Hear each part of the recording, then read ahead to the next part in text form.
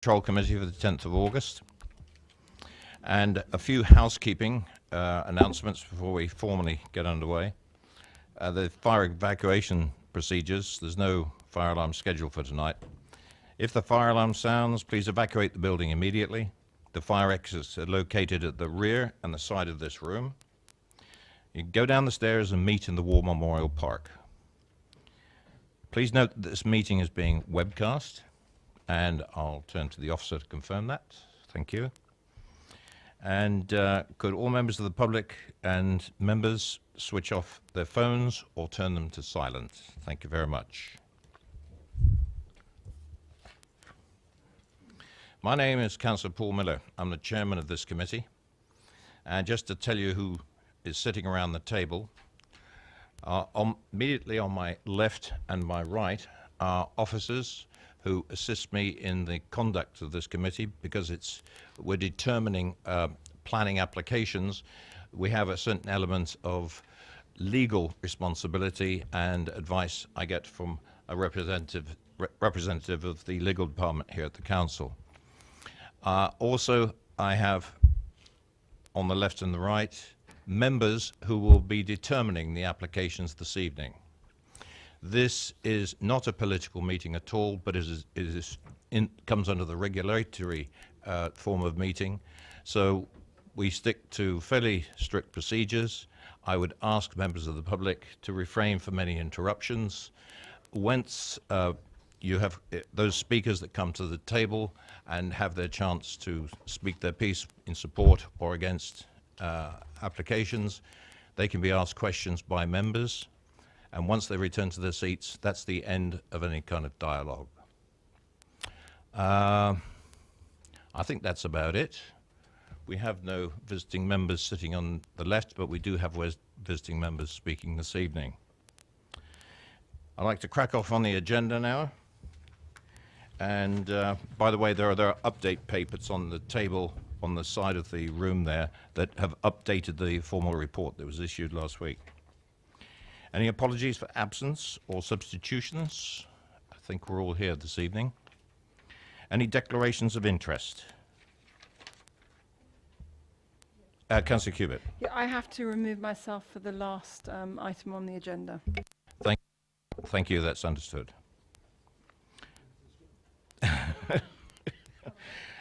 There are no urgent matters before us tonight. If we could address the minutes of the meeting held on the 13th of July. Are those meetings accepted that I can sign at this meeting? Thank you very much. We'll move on to applications for planning permission and public participation. Anything to add before we start? No. And we'll go to item number 1. And if you present, and can I have item number 1? Could I ask Gary Sumner to come forward and sit at the table at the end, please? The planning officer will introduce the application, and then you'll be able to speak, and I'll let you know. Thank you, Chairman. The application is an application for the erection of 70 dwellings, including 28 affordable units, new vehicular access, landscaping, village green, and open space and other ancillary works, submitted at Land at Worting Farm, Worting Road, Basingstoke. Just to confirm, there is a previous approval at the site for 70 dwellings. This is a key material consideration that has established the principle of development. In terms of differences, they're fairly limited in terms of the layout. They are available to see on the presentation as we go through. You'll see them scrolled through the existing and the previous approval. In terms of the house types, they're amended as is now a new builder. There has been a separate roundabout application submitted as well, which has allowed works to commence on the roundabout as there's no vehicular access to the site. This has now been approved and is substantially the same as the previous approved application, which was allowed at appeal. In terms of the update, that provides details of the viewing panel that was held at the site, provides details of amended plans that were received and consultation responses to those, and subsequently amends the conditions within the main agenda and provides additional conditions, including in respect of drainage following the comments of the local Lee Flood Authority, and makes some minor amendments to some other conditions. The amendment in itself is only 2 pages long, but the length of the update paper overall is due to the need to repeat the conditions in full. Thank you, Chairman. Mr. Sumner, you have 4 minutes. Thank you. Good evening. I speak as chairman of the Worting Area Residents Association and as a resident who, along with other residents, have for a number of years been actively involved in this planning application, as we are all keen to maintain the special importance of the Worting Conservation Area and village ambience. There's great concern in the village that since government inspectors' approval of the previous plans submitted by Waits, the importance of the site with its proposed dwellings and outlook has been somewhat watered down. So much so that with the amended application submitted by Redrow Homes, we are now presented with a plan of generic homes which are out of place within the setting of the conservation area and the village style. It appears the developer is cutting costs at the expense of the village environment and outlook, rather than using it as an opportunity to make this a small showcase estate of bespoke design homes that complement the conservation area and something that neighbouring residents can be proud of. Instead, we're presented with another copycat modern Redrow Homes site which can be found anywhere in the country. There also appears to be a reduction in the number of 2-bedroom homes in favour of larger 3-bedroom homes. We have to question, is this purely for financial gain? Any increase in bigger homes will obviously lead to more occupants, a rise in vehicles, traffic and noise. This will clearly have a detrimental effect to the environment, the conservation area and our small village. If this application is approved, there needs to be an effective balance of 2- and 3-bedroom homes, as well as a suitable maintenance plan for the communal grounds and surrounding areas, and we ask that measures are also put in place for the ongoing protection of wildlife. We also feel, as a matter of course, the out-of-date biodiversity plan needs to be reassessed and updated. I urge you to reject this application for amendment and ask Redrow to redraw its plans and make this a development we are happy to live amongst and proud of. Thank you. Thank you, Mr. Sumner. If you switch that button off, please. Thank you. Members, anybody with questions to Mr. Sumner? Thank you very much, Mr. Sumner.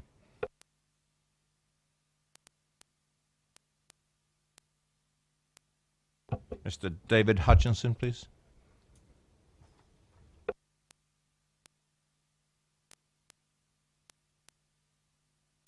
Good evening, Mr. Hutchinson. You have 4 minutes. Big black button. Thank you for the opportunity to speak. I'm the agent and therefore speak in support of the application. You've obviously got a very detailed report from your officers and we're pleased to see that it confirms that the proposals accord with the Council's policies and guidance. We're also therefore pleased that the recommendation is one of approval. In terms of the background, it's been explained to you the site already benefits from an extant planning permission and that permission was granted on appeal. The principle of development is therefore firmly established and represents a legitimate fallback position which will be a material consideration as your officers have mentioned. In terms of the small number of local objections that have been received to the application, we note that they continue to oppose the principle of development, but obviously here we have the extant planning permission. There's also the more recent allocation of the wider area and those objections obviously can't be sustained. In terms of my client's involvement, obviously the appeal predates their involvement and therefore they inherited the planning permission that's already in place. Now they could build out that scheme, but they felt that there was room for improvement in terms of the design and layout, hence the need for this application. The one thing that they haven't sought to do is in any way change the scale of the development, the principles of the access into the site or include any additional land, and therefore the impacts of the development would be as before in terms of traffic and infrastructure, and we've had supporting documentation to support that. I would also add that the developers remain committed to the proportion of affordable housing and also the heads of the Section 106 package that were agreed previously. In In terms of the design layout, the site constraints obviously dictate the layout to some degree, and therefore there are similarities with the previous scheme. Obviously the access is where it was before, and the size and shape of the site dictates the residential layout. We've also got the need to deal with the conservation area and ensure that we respect that, and we've got railway noise as a constraint and also the ecology buffers. There have been subtle yet important changes to the layout. We think that it's a better thought out scheme. There's views throughout the development which would be enhanced, and there's also improved surveillance, particularly for the public footpath. The house types have also been improved, architectural design in terms of detailing and also the materials, and your design and conservation officers both support the proposals. The developers have attended various meetings with your officers. We've also remained in regular contact. When changes have been requested, we have been proactive. We have amended the proposals where appropriate, and those are in many respects in terms of layout, architectural design, the parking, the landscaping, and the technical submissions. In terms of management plans, as Mr. Sumner notes, the developers have put forward management plans in terms of ecology and landscape in order to mitigate against impacts on protected species and habitats, and also to ensure that there's ongoing site management for the landscaping. In terms of the representations that have been received, as I said, there have been a small number of representations from residents which continue to strike at the principle of development, but as I said, there's already the extant planning permission in place. You have 1 minute. There's also the technical issues that they give reference to, but the appeal inspector dealt with many of these when the original scheme was approved.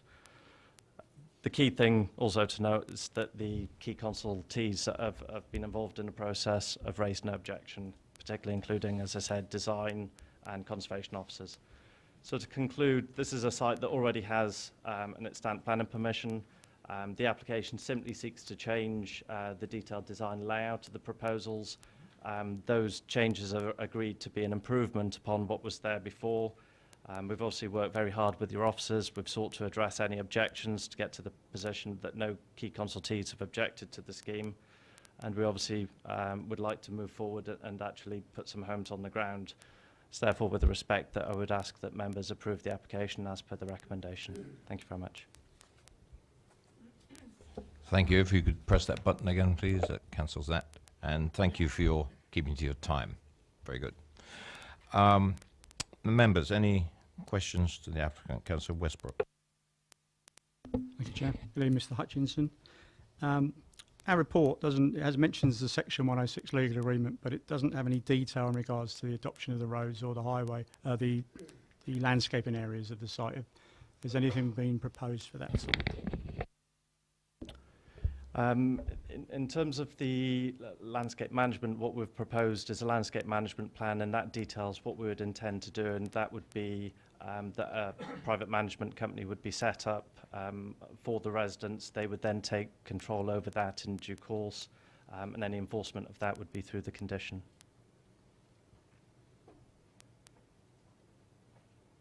Sorry, you're going to have to press your button again.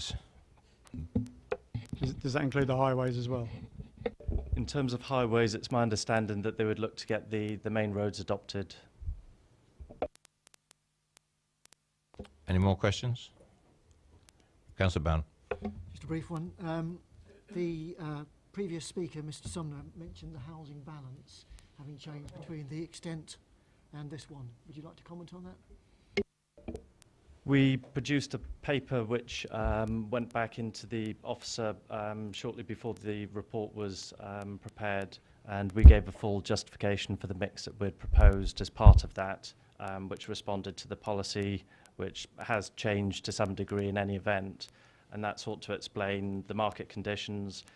It was also trying to refer to the character of this site. It's certainly not a site that you would necessarily be seeking to put lots of 1 and 2 bed flats on. It's on a more peripheral location, and we felt that the mix was appropriate, having regard to planning circumstances and also the market that would be looking to buy these properties. Any more questions? Thank you very much, Mr. Hutchinson. Members. Questions to officers? No? No questions? debate.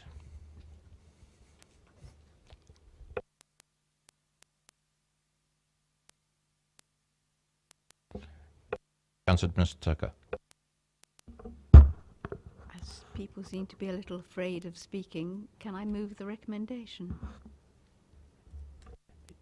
Thank you. Moved and seconded. Councillor Robinson. Councillor Potter. Sorry. I wasn't going to contradict Councillor Tucker in what I was going to say. Simply, I think we are where we are, and I know I'm stating the obvious, but where the extant approval exists, I think we then consider the situation that's now being presented to us, and I think I can genuinely recognise some small improvements to what originally was approved by appeal, and on that basis it would be difficult, it seems to me, to logically go against the recommendation for this to be approved, and so I support what Councillor Tucker has moved. Thank you. Anyone else for comments? It's been moved and seconded for approval. All those in favour? Thank you.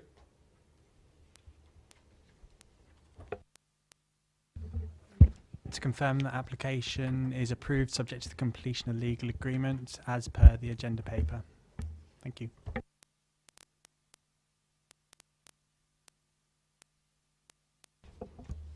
Thank you very much. Item number 2.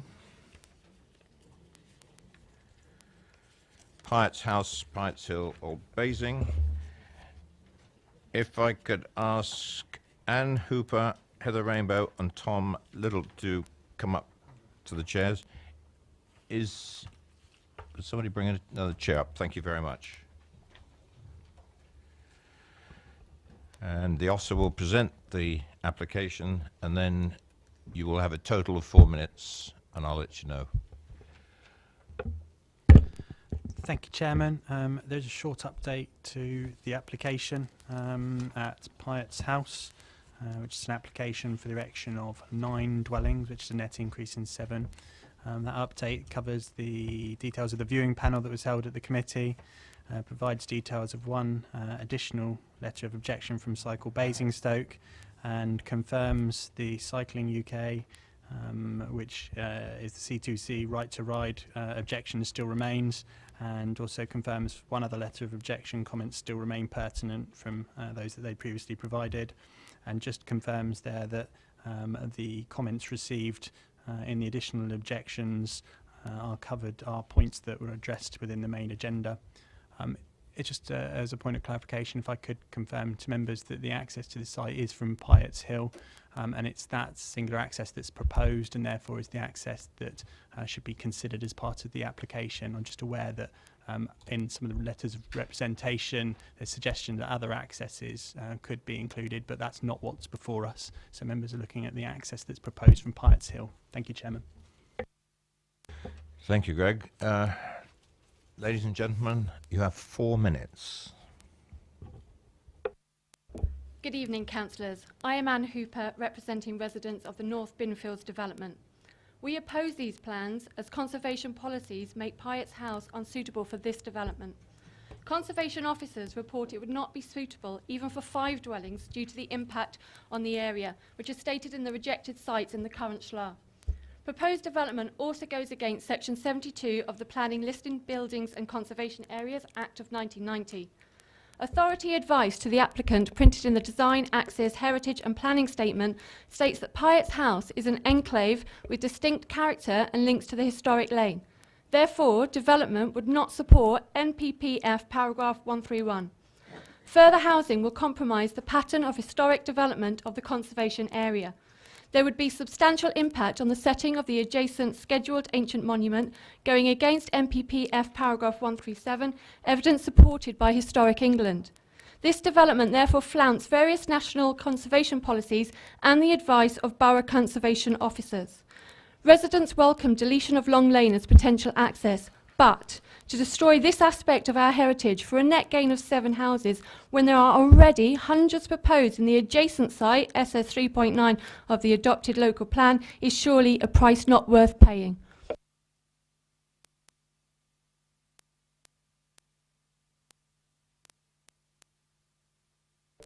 Good evening. Heather Rainbow, Cycle Basingstoke and Cycling UK. Piatt's Hill is not a suitable access route. It is on the national cycle route and heavily used by cyclists, walkers, horses, and at certain times as many as 100 cyclists can go through in an hour. It is too narrow. 3 metres plus 1 metre allowance for high hedges is the minimum design width for a cycle pedestrian path, which excludes motor traffic. Motor traffic will increase also on Barton's Lane and to Old Basing. It contradicts various policies, NPPF, local plan, Basingstoke cycle strategy, public sector, equality duty, green infrastructure. There has been no NMU audit. Cycle Basingstoke was not informed of the revised planning application. Redesigning the road cannot mitigate against lack of space or density of traffic. Lily Mill Chine is 7 metres wide and has none of these problems. Long Lane is equally unsuitable.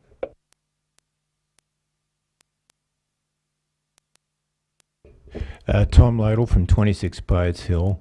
I hope that the members had received the photographs, which apparently we can't present, but I think it illustrates the issues that those on the viewing bus will have seen when they went up on Friday. The thing that I would like to point out from the own developers, transport expert, Richard Parker Consultancy, was that they've had 5 years of discussion with the highways officers as a means of an access. There are 3, of course. I hope you saw all 3. But the net conclusion of this was that the use of Piatt's Hill to access additional houses in addition to the replacement of the 2 is considered unacceptable because of the standard and layout of the road. This was submitted on the 30th of June 2015 and the road has not changed since that time. Thank you. Thank you very much.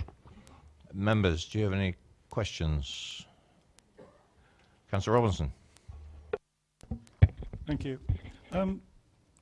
Heather Rainbow, you said that up to 100 cyclists per hour can pass through there. That strikes me as being a huge number. Could you tell me how many times a day that figure is achieved, or how many times a year that figure is achieved? I gave that as an example of what can happen. It is a national route, and so therefore it is popular for various cycle events. So in addition to people who are living just locally, there are people commuting a long distance, but the Chinham residents have a cycle event in September, and so therefore there are a lot of people going through on quiet roads because it is designed for both adults and unaccompanied children. Thank you. So basically what you're saying is this 100 cyclists per hour may or may not happen once or twice a year is the actual reality of it. I am saying that it is a one-off, and it can happen, say, up to 5 or 6 times a year, but with the increasing number of cycle events, as for example the hospice event, we are likely to get this happening more often. Could I add a question, add an answer to that as well? Marlon and Justine Camps have a video which they use as sort of a security camera, and he himself has video recordings of the amount of traffic up and down the lane. Now, obviously, if you wanted to see this, this is available, and you could actually pick out the numbers of the people who use the lane from the point of view of cyclists, walkers, pedestrians, dog walkers, mother and children, etc. I think the point is that it is extremely popular, and it is quite unique in Basingstoke. It's a national path which is designed to be attractive for children who are unaccompanied over the age of 12, and for families with small children so that they feel safe. It is also quite countrified, so that if you go from Eastrock Park in the centre of town, you feel as though you're out in the country, even though you've got housing estates on either side. So it's really important that that feel is kept, because it is that feel, which is what modern road designers try to create, is soft traffic calming. So the amount of motor vehicles going up and down there is relatively large for the number of houses on it, but they are naturally slow, and so there is not the danger of collision which you might otherwise have with those numbers. Thank you. Councillor Potter. I wonder if I could ask probably Mr. Little. When we went on our viewing last Friday morning, we couldn't help but notice the number of private cars that were parked in Piatt's Hill, staggered, just so we could get through, I guess. But an awful lot of grey and green bins out on the road as well, and it wasn't refuse collection day. So I just wondered, is that a typical format in Piatt's Hill, or I'm surprised that the residents perhaps not taking their bins in more regularly, but that's the way it is it? Thursdays is a normal collection day, but people do forget to take their bins in. Some people are actually on holiday, which is why some of the bins were left out. Parking down the lane, there are no passing places at all, which you would find when you went on the bus itself. Some people, like those at Pell Cottage, have 3 cars. They can only park 2 on the drive, and the other one has to reside in the lane because of the shortness of their drive. There's only one spot where you can park cars for visitors, of course, and that's opposite New Cottage. But there is the transport, cars do travel up and down this, as you've seen. And particularly, you may have noticed vans, which we didn't organize or anything like that. They came when they could deliver at the time they thought the road might be quiet. And my neighbor opposite had to back up the road to let the van go by. And that's probably when your bus came down. And I think actually the bus had to move into Piatt's house because the turning circle was blocked by your bus.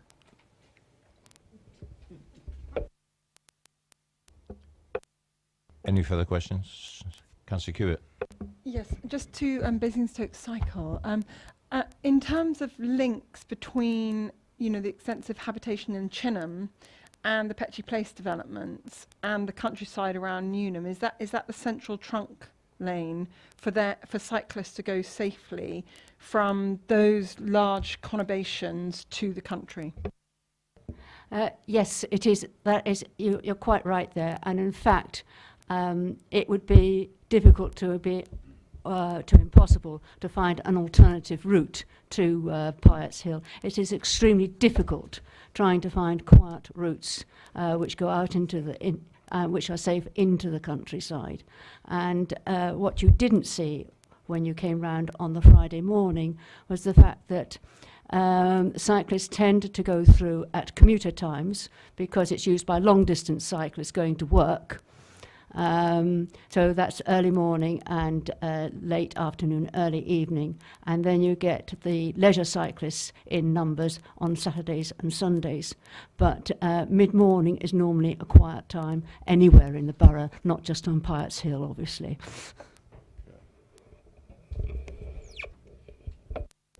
Councillor Bound.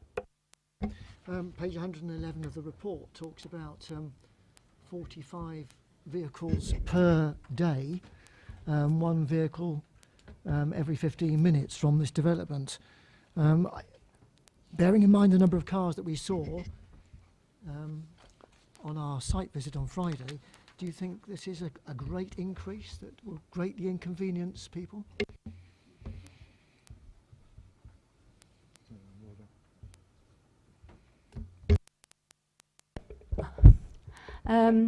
I think that the number of vehicles which are there at the moment are already excessive. There is already a problem with conflict between users. So we have small children who are not necessarily controllable. We have got pedestrians, we have got cyclists. Pedestrians tend to spread out across the road, as you may well know, and take up the width of the road. Dog walkers tend also to do the same in a different way. The dog is on one side, you have a lead, and the owner is on the other side. And even when they're being considerate, it takes time to get the dog into the side. So everybody is very considerate in Piatt's Hill, but nonetheless, everybody is having to stop, give way, and so forth. So one really doesn't want anything extra. Normally, a shared cycle pedestrian route would be only about 3 meters wide, and that is the recommended minimum. And then you would add on half a meter to the side if there is a wall, hedge, or fence, because there is no verge that you can retreat onto. Likewise, if there's a curb, you will add on 200 mil so that you don't fall off the edge of your pavement. So in this case, we're looking at a minimum width of 3 meters for the pedestrians and cyclists, and yet we're having to share with the cars, who also need a minimum width of 3 meters. So we've already got a problem going along there without having yet more cars adding to it. Could I? Yes? Again, the Richard Parker consultancy statement actually confirms what Heather has said. Piatt's Hill and Long Lane is also designated as the part of the National Cycle Network, route number 23, which links Reading to Southampton. Based on the, there's also 43 cars and 23 houses up Piatt's Hill. If you then consider the new development, which there are 9, the norm, not the estimated, is usually at least 2 cars per house. But from my own experience, and you can't predict who's going to be living here, at one time when I lived in Minden Close, we had a 4-bedroom house, but we had 5 cars, 3 for my young teenage daughters who were still at home because they couldn't afford a home, 1 for me to work and 1 for my wife to work so we could afford the mortgage. So if you did that calculation for these current houses, that puts them up to 35 cars, and if you multiply that times 2, the estimate is 70, but that doesn't include any trips back and forth to Tesco's or the schools or the school runs or after school sort of activities as well. Thank you. Microphone, please. Sorry. Any more questions? Thank you very much indeed.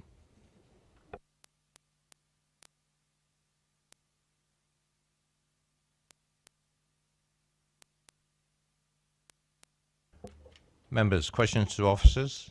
And I'm quite happy to kick off because I've got one. I know that, assuming, I'm sorry? I beg your pardon. Thank you very much, Vice Chair. Ian Ellis. My apologies, Mr. Ellis. Should have looked at my own writing. You have 4 minutes. Thank you, Chairman. Good evening. The original proposal before you was for 12 houses with the main access from Long Lane, but that was objected to by Highways, and since then the application has changed. It's now been reduced to 9 houses, or a net increase of 7, as 2 already exist on the site, with, as you now know, access being taken from Piatt's Hill. The site is in the built-up area, and when the major housing allocation to the east takes effect, it will be surrounded on all sides by housing. As the officer report makes clear, the principle of development is accepted. The scheme is low density compared with adjacent housing, both in and out of the conservation area. It maintains the essential verdant character of the conservation area by retaining a strong framework of planting, particularly along Pyatt's Hill and the line of the Park Pale. The existing buildings are not of any notable significance or contributory importance to the conservation area. The existing housing close to and within the conservation area is a mix of styles and form, providing a diverse, vibrant character. This scheme builds on this by producing a group of buildings with their own identity, which contribute to having a sense of place. As you will know from the report, 40% affordable housing is to be provided in line with policy. The existing house and the stable building are hard up against the Park Pale. The proposed scheme draws the development away from that, leaving it as a dominant feature. The historic feature will be protected during and after building work by a management plan under the Section 106 agreement to ensure both the protection and the future retention of the Park Pale. During pre-application discussions, the applicants were asked to look at potential access from Lily Mill Chine. It was established that there were two intervening landowners, and reaching agreement with them was very problematical. The County Council, for instance, not being interested in concluding an agreement for access over its land. More importantly, a vehicular access from Lily Mill Chine means breaking through a substantial and attractive tree belt that would also alter the character of the conservation area by linking it with Lily Mill Chine housing estate. Vehicular access from Lily Mill Chine is therefore not possible. The highway issue is whether the proposal would result in severe residual cumulative impact. The Highway Authority is satisfied that it would not, and the National Planning Policy Framework makes clear that development should not be refused on highway grounds unless there is that severe residual cumulative impact. The proposed development will generate some 3 to 4 movements per house along Pyatt's Hill, not all at the same time, with around 5 movements in each of the 2 peak hours. The road is subject to a 30-mile-an-hour speed restriction, and its width and alignment ensure low speeds. The addition of this small increase in traffic from the 7 additional dwellings is not going to create any noticeable adverse impact on the users of the road. Overall, the redevelopment of the site will only have slight impact on the existing transport network. As a footnote, Chairman, having arrived early for the viewing panel, I was very interested to see the remarkable movement of vehicles from drives into the road. And then when I had walked around the site after you had left, 20 minutes later, there were no vehicles parked in the road. So I leave that to members to work out what actually happened. Therefore, in conclusion, I would commend the officer recommendation to members that permission be granted. Thank you. Questions for Mr. Ellis? Councillor Goodison. Thank you, Chair. Purely as a matter of interest, could you explain, you say management plan to protect and preserve scheduled monument. Could you develop exactly what is the nature of the management plan that you would be considering putting in place? What we're anxious to do is to avoid what has happened at Lily Mill Chine, where the Park Pale has basically been left as some sort of leftover feature in that development. The intention is that there would be a management plan enshrined into the Section 106 agreement that would require the upkeep and retention of the Park Pale, and that it is respected by the landowners that would own that part of the Park Pale within their garden. So it would be there as an obligation on the landowner for the future. And would it be your intention to make that a contractual obligation? I'm not involved with the fine detail of that, but certainly that could be done. But it would be an obligation that went with the land, so it would be enforceable. Any more questions? Thank you, Mr. Ellis. Now we'll start again. Questions to officers. Okay, Mike, in a second. I'll use my privilege to put this one. Bearing in mind, A, what the viewing panel saw and some of the comments that have been made at the moment, I was starting to think ahead a little bit. If this was to be approved, how on earth would you expect construction traffic to access the site?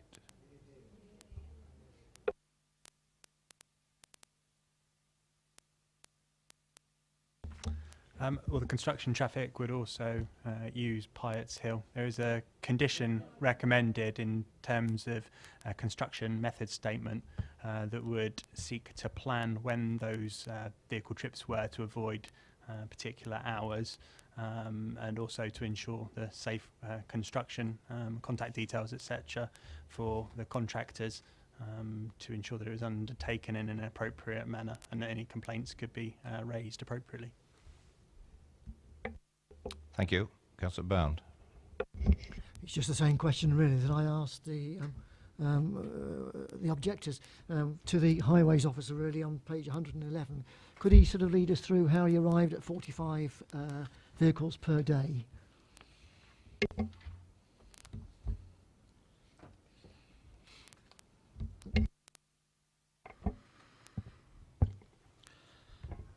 Essentially, there's the database, product known as TRIX, which contains surveys from a whole variety of sites. What one will do is to have a look at those sites selected and select from those sites that are comparable to this circumstance. Obviously, residential is a very common type of development, so there's quite a lot of data for that sites of those nature. And basically, by selecting those previous surveys and taking those values and equating them to the number of dwellings, gives us the trips that this development would typically generate. That approach is a standard approach, regularly expected by inspectors, and is the standard method of assessing traffic generation, which is then used for impact on junctions and the rest of the network. So in a word, it's based upon hard data.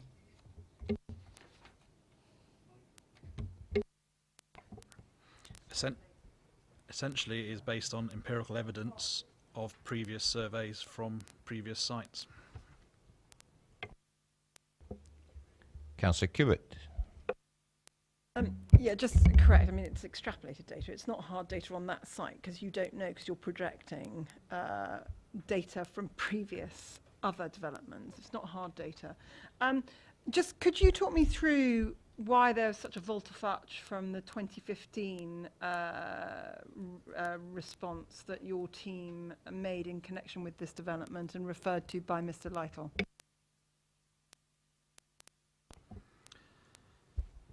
Essentially, the previous scheme looked to provide access for a large number of dwellings via an alternative route by utilising the existing cycleway, I think it's known as Long Lane. In that proposal not being supported by the Highway Authority, the applicant has looked at an alternative scheme. As a consequence of that, the number of dwellings has been reduced, and the result of that is the impact of 5 additional trips in the peak hour on the lane. Although the lane clearly does have its own constraints and restrictions, one movement every 10 or up to 15 minutes is very difficult to conclude that the impact of that is severe.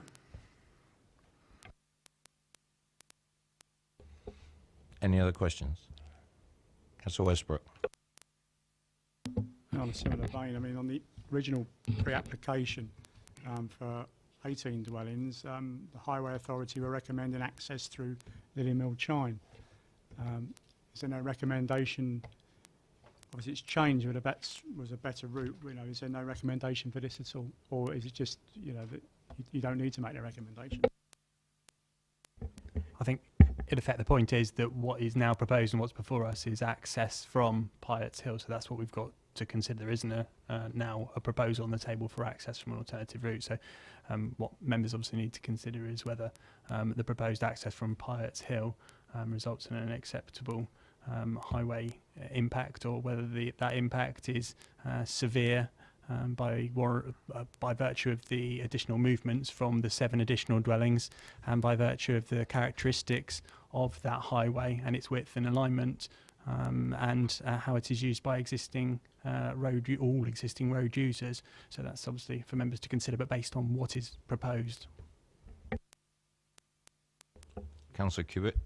Yeah, sorry. I hear your reference to severe, but actually, when you look at our plan and when you look at the MPPF, the word severe is not the only driver.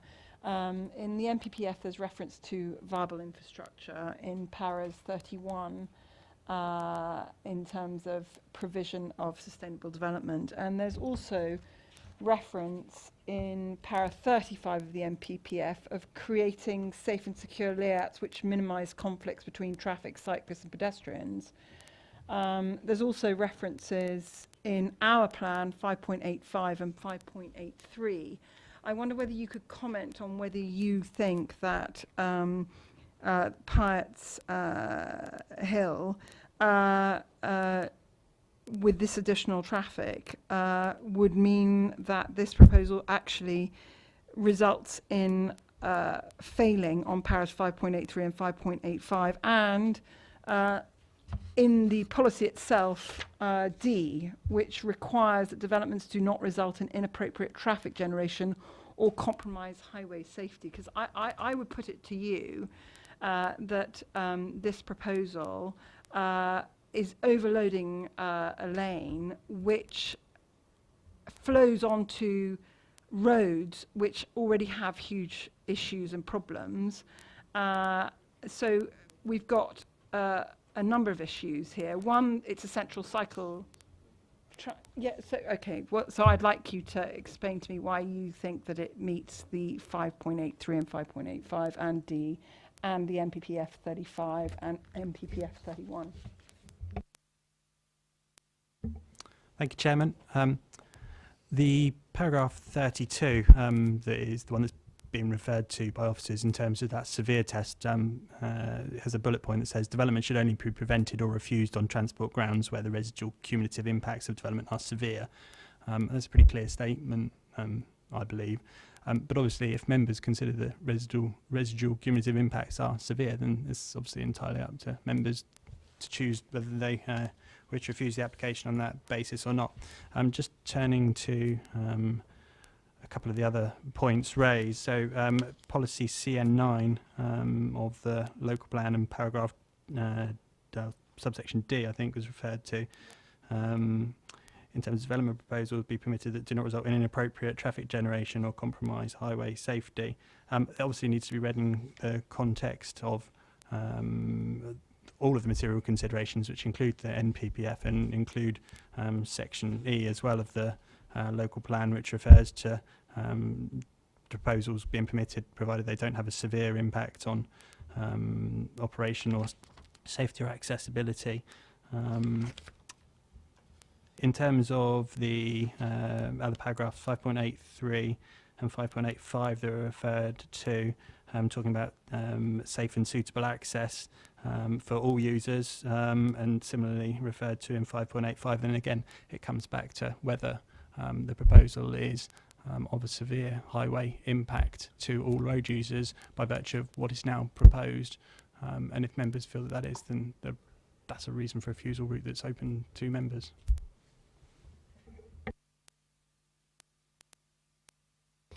Any more questions to officers? Debate? Councillor Goodison. Thank you, Chair. If I may just make a few brief points. As it's already been mentioned, the Basingstoke Parish Council does not have a problem with an application for residential housing on this site. We are all aware that there is a requirement for housing, and in particular for affordable housing. The Parish Council, however, feels very strongly that Piatt's Hill is not a suitable access route for this development. In support of their view, I might like to mention a few bullet points. First, those of you who were able to go on the viewing panel will have become aware that Piatt's Hill is a very narrow, one way at a time country lane, is a pedestrian route without substantial, from the substantial housing estates on the Basing-Chinham border into the village. And it's also obvious to them that there are no pedestrian paths and that this is an integral part of the national cycle network from Reading to Southampton, as was mentioned by Mrs. Heather Rainbow. Point 2. And as I've mentioned, the parish council is opposed. The conservation officer, as mentioned by Anne Hooper, is also opposed, and I refer you to page 100, where it says conservation objects as the proposal would not preserve the character or appearance of the old Basing conservation area. May I refer you to page 101? Historic England has objected, and on page 101 it is stated potentially more harmful than the previous application.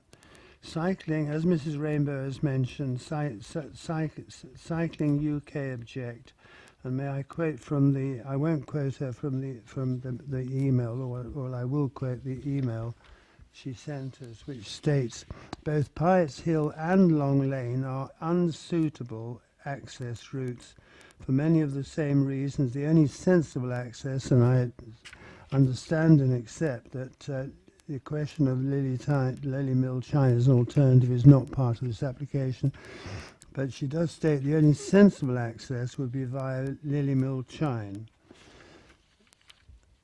Third point, the highway officer does not feel that an additional 7 houses would have a severe impact on Piatt's Hill.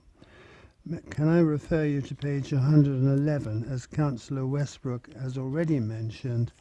It is stated here that at the pre-application inquiry for 18 wet dwellings, due to the number of houses proposed, the local highway authority recommended that access should be sought via Lily Mill Chine. This would seem to imply that they were accepting that the impact on Piatt's Hill would be too severe, and therefore they were recommending Lily Mill Chine. The highway officer is of the view that 7 houses does not feel that the additional 7 houses which would reach the point at which it becomes a severe impact. With respect to the highway officer, I would claim that an increase of 350% in the number of vehicles coming from the top end of Piatt's Hill, where there are currently only 2 houses, from these houses, means that that point has most definitely been reached. On page 97 of the report, point 8 states that the proposal would not result in a significant harm to the amenities of residents in the vicinity of the site. And point 9 states that the proposed development would provide safe access. In the light of what we saw of the site and the approach to the site when we visited the site itself, I would ask members whether they feel that these are fair and accurate statements. I would suggest that they are not, and that we should consider refusing this application on the basis, and here again I emphasize that I realize this is not part of this application, but there is a more suitable alternative which should be explored. Thank you. Thank you. Anybody else? Councillor Cubitt? Well, I would just like to kind of agree with Councillor Godison. I'm not going to repeat all of it, except to say to members that in my questions to officers, I do believe that this proposal going down Piatt's Hill actually is in breach of both B and D of policy CN9. It fails in para 5.83 and 5.85, and it fails on the MPPF para 31 in terms of not being viable, and it fails on para 35 in terms of not minimising conflicts between traffic, pedestrians, cyclists and horse riders. And on that basis, I would like members to also consider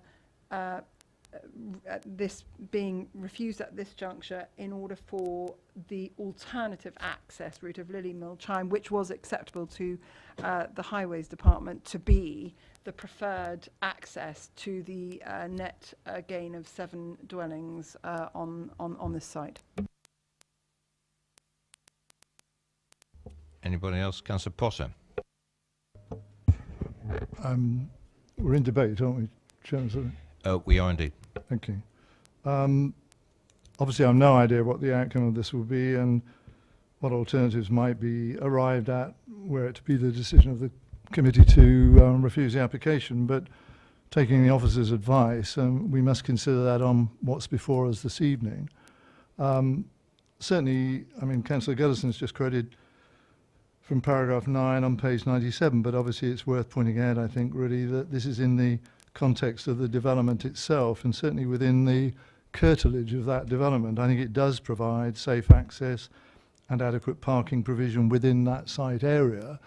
That's well designed, and I would find it difficult to accept that any of the vehicles in the new development would stray out into Piatt's Hill proper. I can't see for a minute that that would exacerbate the problem of Piatt's Hill.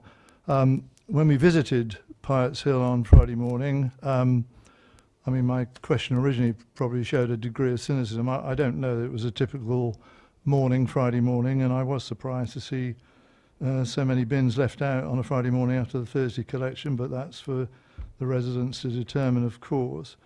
In regard to the real test that's in front of us, as has been pointed out this evening, it really, I think, does hinge around the traffic aspect of this and the suitability or not of Piatt's Hill for this access.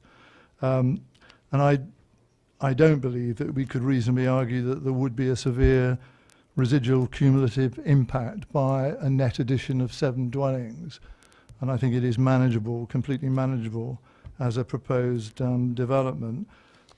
It's also worth pointing out, I think, and you're right, Chairman, to have concern about construction traffic going into the site. We always do, I think, and there's always this to be considered. It was only a matter of a meeting or two ago, I think, where we actually approved a significant housing development at Overton, where construction traffic was going to be brought through a large residential area with all of the impact that would have. Notwithstanding that, we felt it appropriate to approve that development. And I think this in context would not be the influence that perhaps some of us fear it would be. And I'm sure that can be managed by condition. So on that basis, I simply support the officer's recommendation for the approval of this application. Councillor Goodison. With respect to Councillor Potter, could I just mention that vehicles from those houses, if they wish to get back to their houses or leave their houses, are going to have to stray into Piatt's Hill? Councillor Bound. Without wishing to repeat what Councillor Potter has said, I basically agree with his summation of what we've heard and what we have read in the report. And if he hasn't moved approval, then I would move for approval. Sorry. So you're proposing the officer's recommendation? Yes, I am proposing the officer recommendation. And I'll second that, sorry. And Councillor Potter will second that. First of all, though, I've got Councillor Robinson. Thank you, Chairman. I think the impact of the traffic on the lower end of Piatt's Hill, where it's a through road, has been hugely underestimated. I drive through there fairly regularly at all sorts of times of day in a transit-sized van. It is very, very difficult to get through there. I can't think of an instance where I've managed to drive straight through there without having to stop to allow traffic coming the other way. What none of these plans show is the amount of parked cars that are on that road day and night, particularly during the rush hours. It is incredibly difficult to get through there with a car, never mind a van or anything larger than that. And I think the estimate of 5 car movements per day in rush hour from 9 houses is woefully inadequate, that would imply that half the people don't work and the other half of those only work part-time, because 9 houses, I would expect normally 18 people to be working, going to work in the rush hour and coming home in the hour. So I will not be voting for this development, because I think the impact of traffic on the lower end of Pyatt's Hill is absolutely unacceptable. Councillor Hewitt. Sorry, just as an add-on to that, what I failed to also say is that if it goes Lily Mill Chime, it then goes on to the A33, which is what Councillor Robinson's referring to, and what I was referring to on the loading of the Great Binfield route and the Pyatt's Hill and the Old Basing and the country lanes. And the benefit of it going onto the A33 is not to further exacerbate what is already a really significant problem down Pyatt's Hill. So I just thought I'd flag that up. Thank you. Councillor Goddison again. Thank you, Chairman. Can I just mention straight away at this point that should Councillor Potter's motion to approve fail, I would like to ask that we immediately vote on a refusal of this application. Thank you.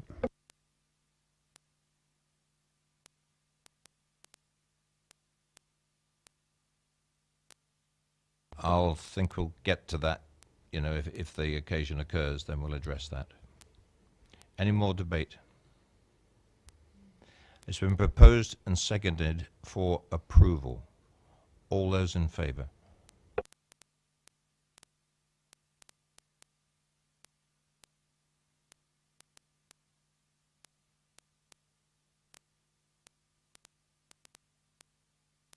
All those against?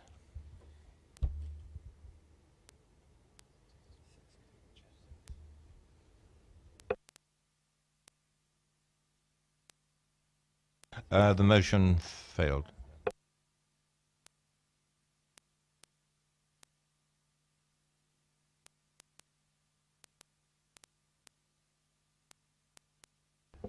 Right. Councillor Goddison, are you proposing? I would like to propose that in the circumstances we refuse this application and encourage I know this is not part of the application, but encourage the agent to consider coming back with an alternative route through Lily Mill Chine. Thank you. Councillor Hewitt, you would? I'd like to second that. You'll second that. This is against the officer's recommendation. Now we need some reasons for refusal. Right. So.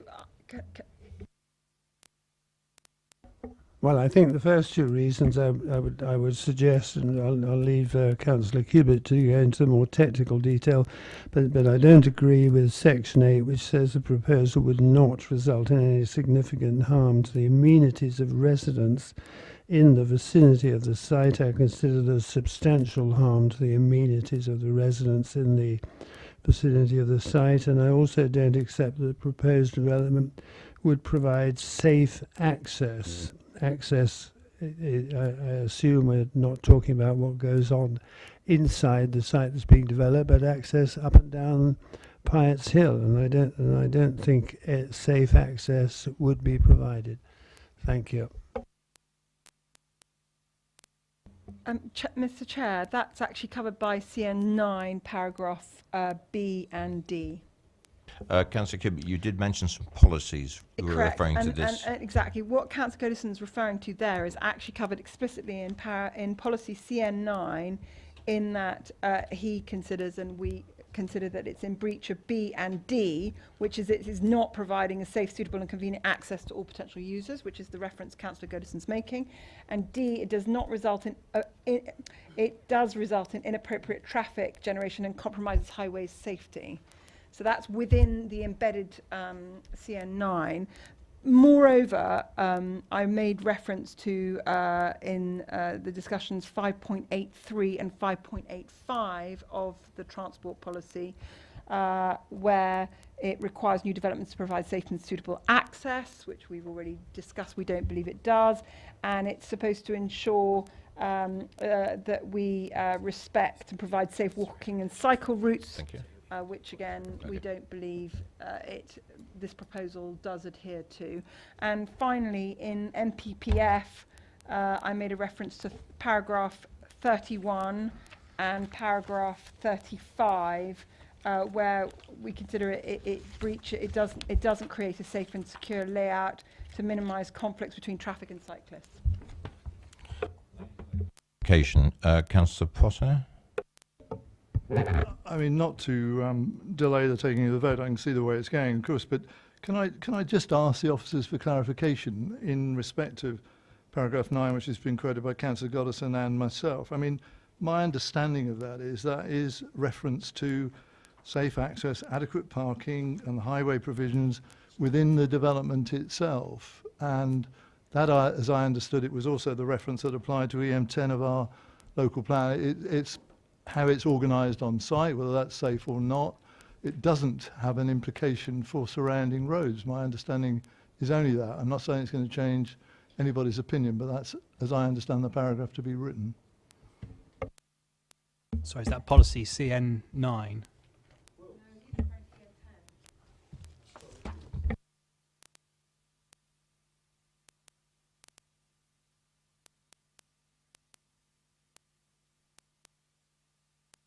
I'm not sure if that answers the query already, but in terms of policy CN9, that considers the transport impacts both internally and also on the external roads. And particularly taking that policy as a whole, and I think B and D have been referred to. Safe and suitable and convenient access for all potential users. I think that can be taken to be more than just on the site, so it's the access up to it as well. I think that hopefully that answers your question. Well, if I could just try again. Sorry, I mean, it's not my paragraph, it's the way it's written. And that says the proposed development would provide safe access and adequate parking provision in accordance with highway requirements. And that obviously is talking about the proposed development. As I understood it, that was the on-site provision. Are you saying it goes beyond that?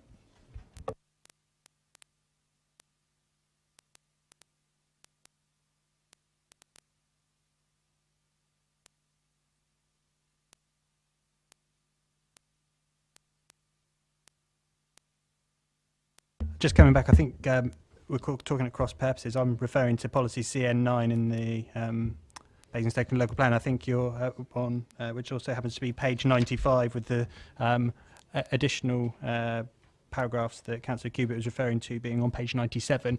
And on page 97 of the agenda, I think, is the paragraph 9 that you're referring to, which refers specifically to policy EM10 and not CN9. Policy EM10, yes, that does include references to parking, which is internal to the site, but the reason there is it does refer to the safe access as well, which was officer advice, and you could well expand, arguably you should well expand reason 9 there to have included policy CN9 in its conclusion that it would provide safe access.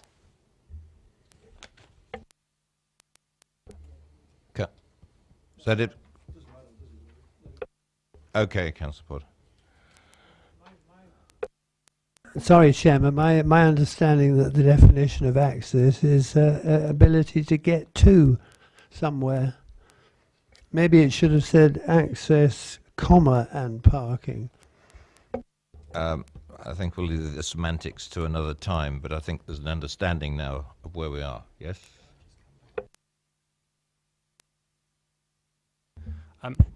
I think members have made some comment on the access and concerns in terms of the access. I'd first just like if members could clarify whether they are also stating that they consider the access and the access proposals along Piatt's Hill for the additional 7 units would result in that severe impact that I talked about earlier or not, whether they're stopping short of saying that.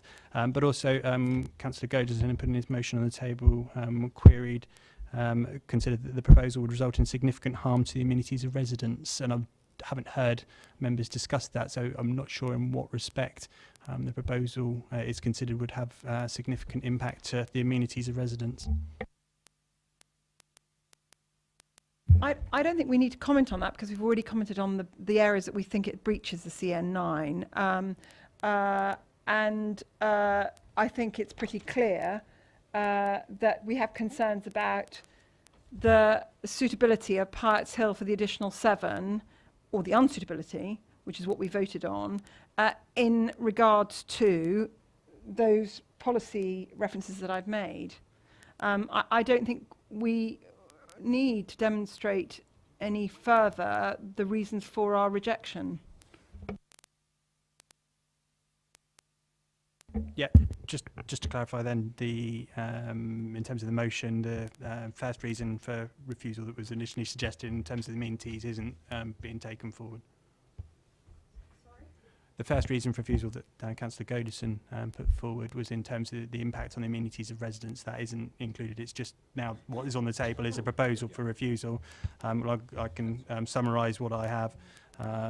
In concern of safe access along Pirates Hill, with particular reference to paragraphs B and D, or subsections B and D of policy CN9, there wouldn't be a safe, suitable or convenient access. It would be inappropriate traffic generation with harm to all highway users, with also reference to sporting text in policy 5.3 and 5.85, including taking into account the impact on this national cycle route, with also reference to paragraphs 31 and 35 of the MPPF. That's perfect, except at the beginning, I would like to say because we consider it fails to meet CN9. So that's the central premise. It fails CN9 because it fails B and D and sub-paragraphs 5.83, 5.85. And furthermore, we believe it's in breach of MPPF 31 and whatever. And that's the route map, yeah. Councillor Robinson, have you got anything to add? Yeah, I believe it does actually contravene EM10. The people on the lower end of Pirates Hill, where it's a through road, have trouble getting in and out of their drives.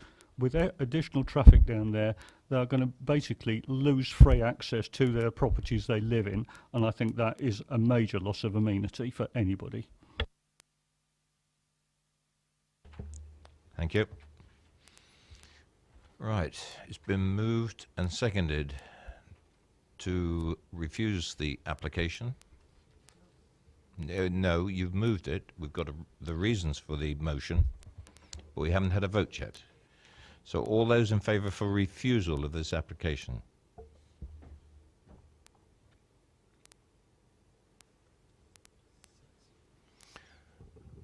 All those against? 5.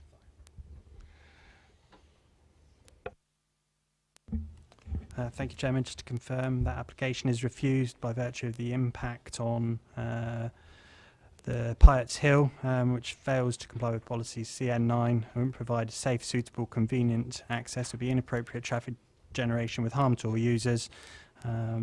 Also failing supporting paragraph 5.8 and 5.83 and 5.85 of the local plan, and having an impact on the cycle routes and being contrary to the national planning policy framework with an associated impact on residential amenity, referring to policy M10.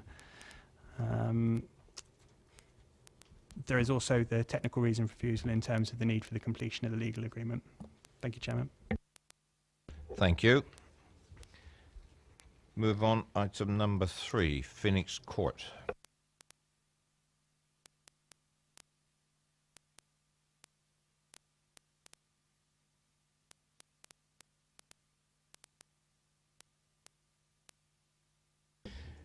Could I ask Mr. Millington to come forward, please?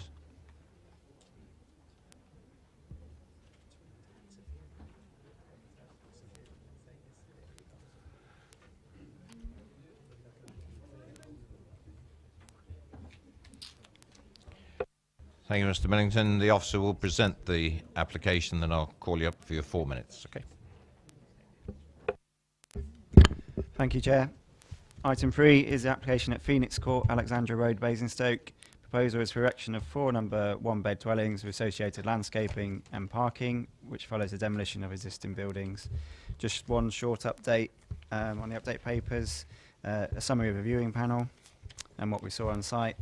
And there was a submission of a revised proposed site plan on the 1st of August, which shows an amended internal layout for Unit 3. As a consequence of that, the wording of Condition 1 is amended to reflect the submission of that plan.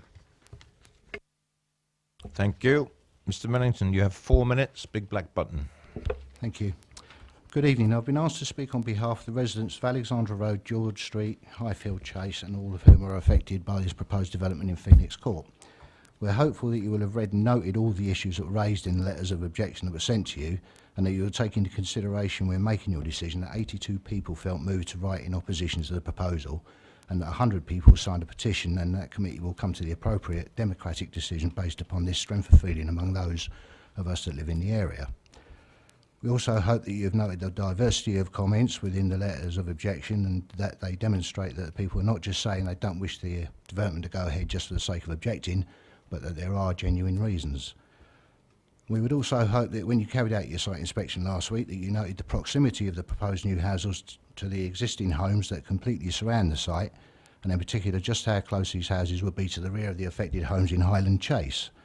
They would be close enough for people to be able to overhear each other, never mind oversee. There is also the fact that the access between Phoenix Court and is via the archway and has 5 bedrooms overall alongside it. This archway was intended for access by horse and cart originally, and not for use of what would basically become a cul-de-sac by car owners. We do not believe that each occupant of these proposed dwellings will have just 1 car, and it is quite possible that may not wish to attempt to manoeuvre the manoeuvre required to either reverse into or out of the yard.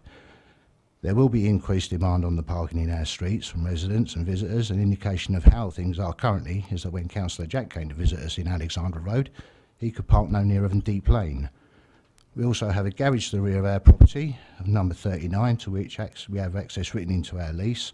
And as we have had unrestricted access for the last 21 years since we moved in, this access is now our right under common law. We have real concerns that the proposed parking is going to cause issues for us and friction between us and the potential residents. This is something that we should not have to come to after a day's work, after a day's work. There is absolutely no access for emergency vehicles to this site. Even if they could get under the arch, which they cannot, they would not have the turning circle to get in and out. There would be an undeniable issue on Monday nights and throughout Tuesday days when dustbins are put out into the pathway for collection. Currently there have been from our house and 3 flats on the other side of the archway. This already causes an issue for pedestrians trying to use the footpath. The addition of up to 8 extra bins and 4 glass recycle crates is going to make a section of the pathway totally inaccessible for pedestrians, and will force anyone with pushchairs or wheelchairs out into the road, which only has space for 1 car to travel down it. We're told that the plans have been altered to adjust the space allowed for the bins to be stored for the remainder of the week. If this is the case, it can only be at the expense of the parking space that was planned originally. Possibly removing 1 space altogether, 8 bins and 4 crates take up a lot of space. Can we also point out that when the upstairs flat of number 41 was converted from 1 flat into a flat and bed set, that sewage drain overflowed and actually flooded the front garden of the ground floor flat.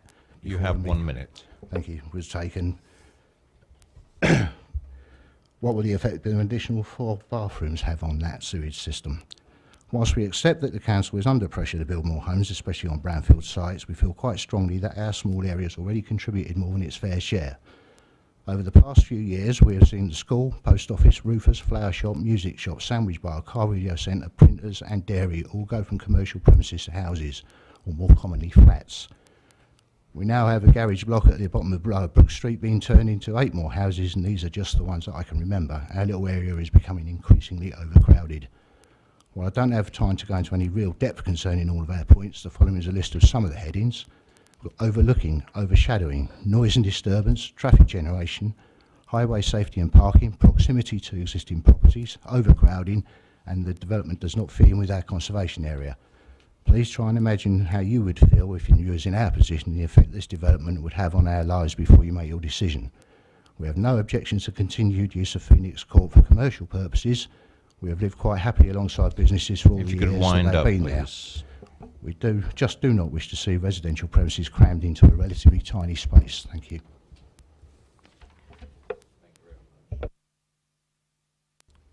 Members, questions to the Speaker? Thank you very much. Mr. Ellis.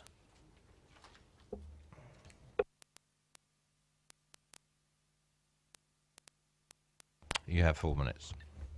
Thank you, Chairman. Good evening again, members. The applicants first approached the Council in 2012 to develop the site for housing, presenting pre-application proposals and then an application for 5 homes in 2014, which was then withdrawn. This latest application is for 4 flats on an existing commercial site, and it strikes the right balance for the following reasons. Firstly, the site lies within the settlement boundary in a sustainable location where policy encourages effective use of land.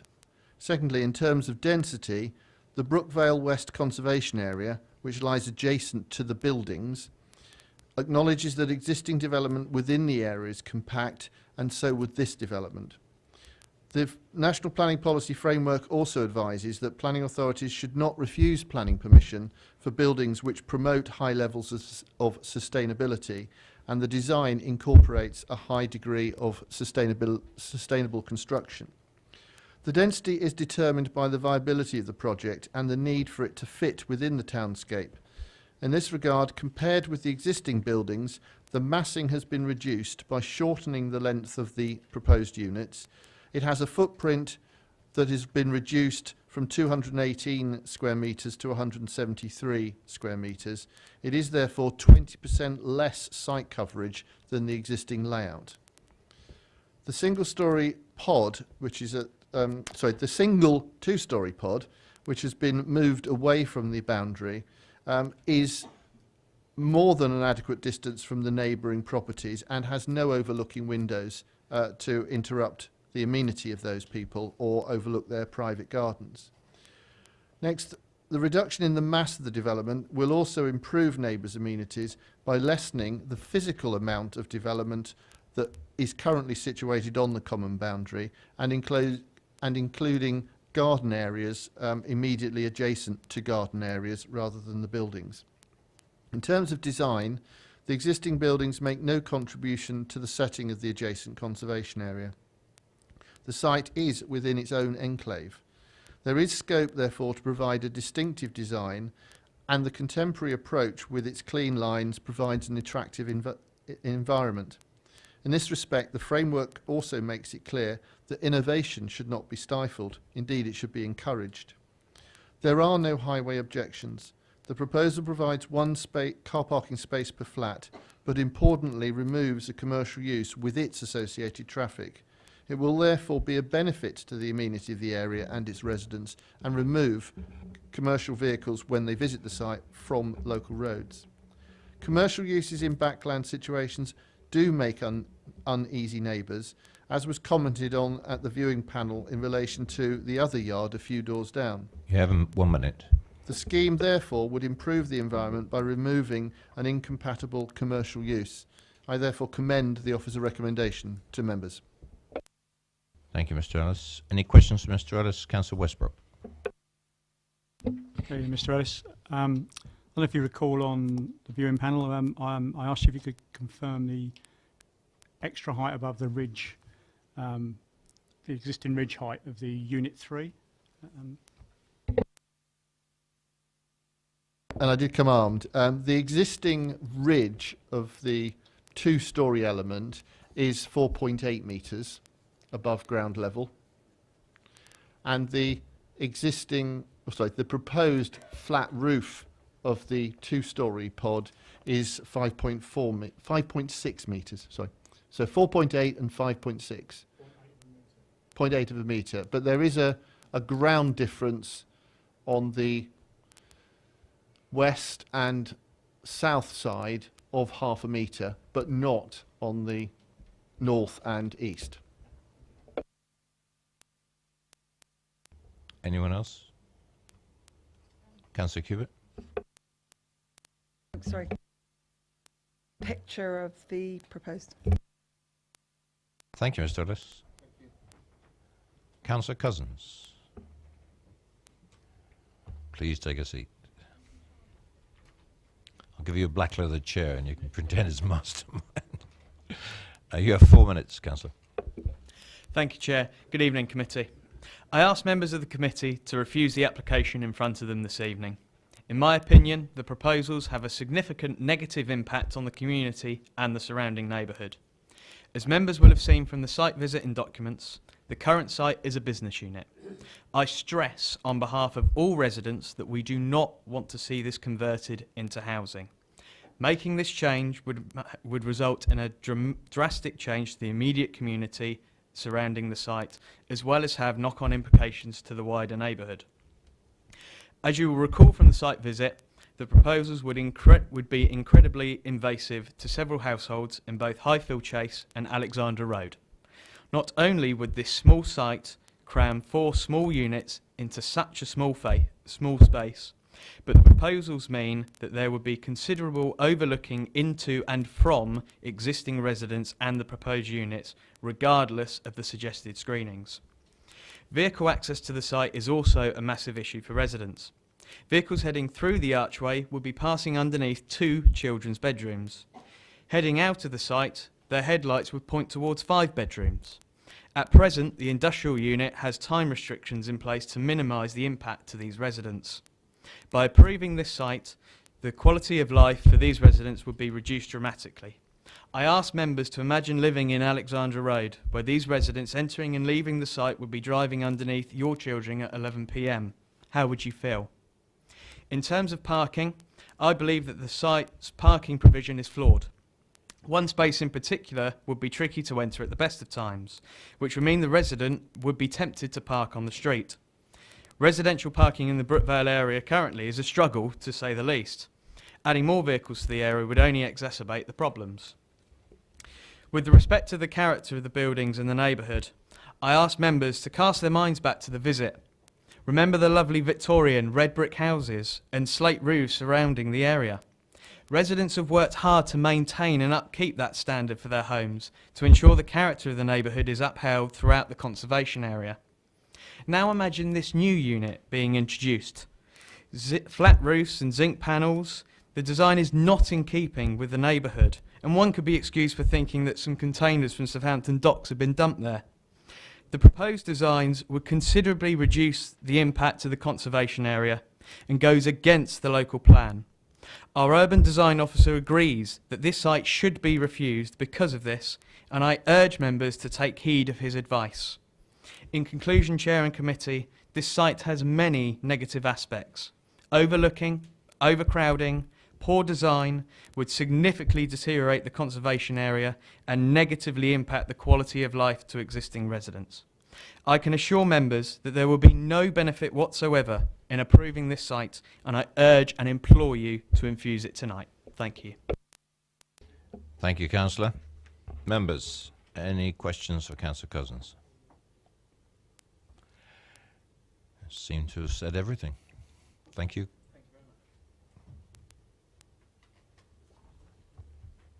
Questions to officers? Councillor Cubitt. Sorry, could I request that the lady who's putting up the pictures at the back puts the proposed development as it will seem when it's built? In visual format, that.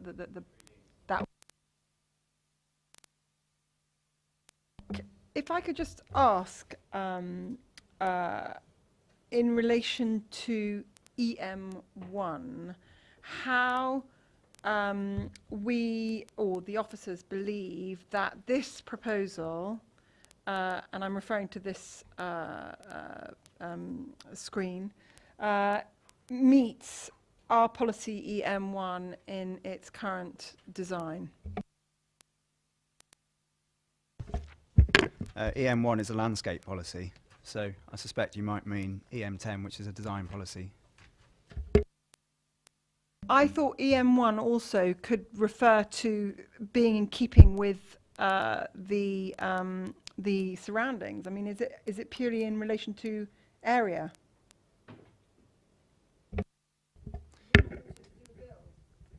I mean,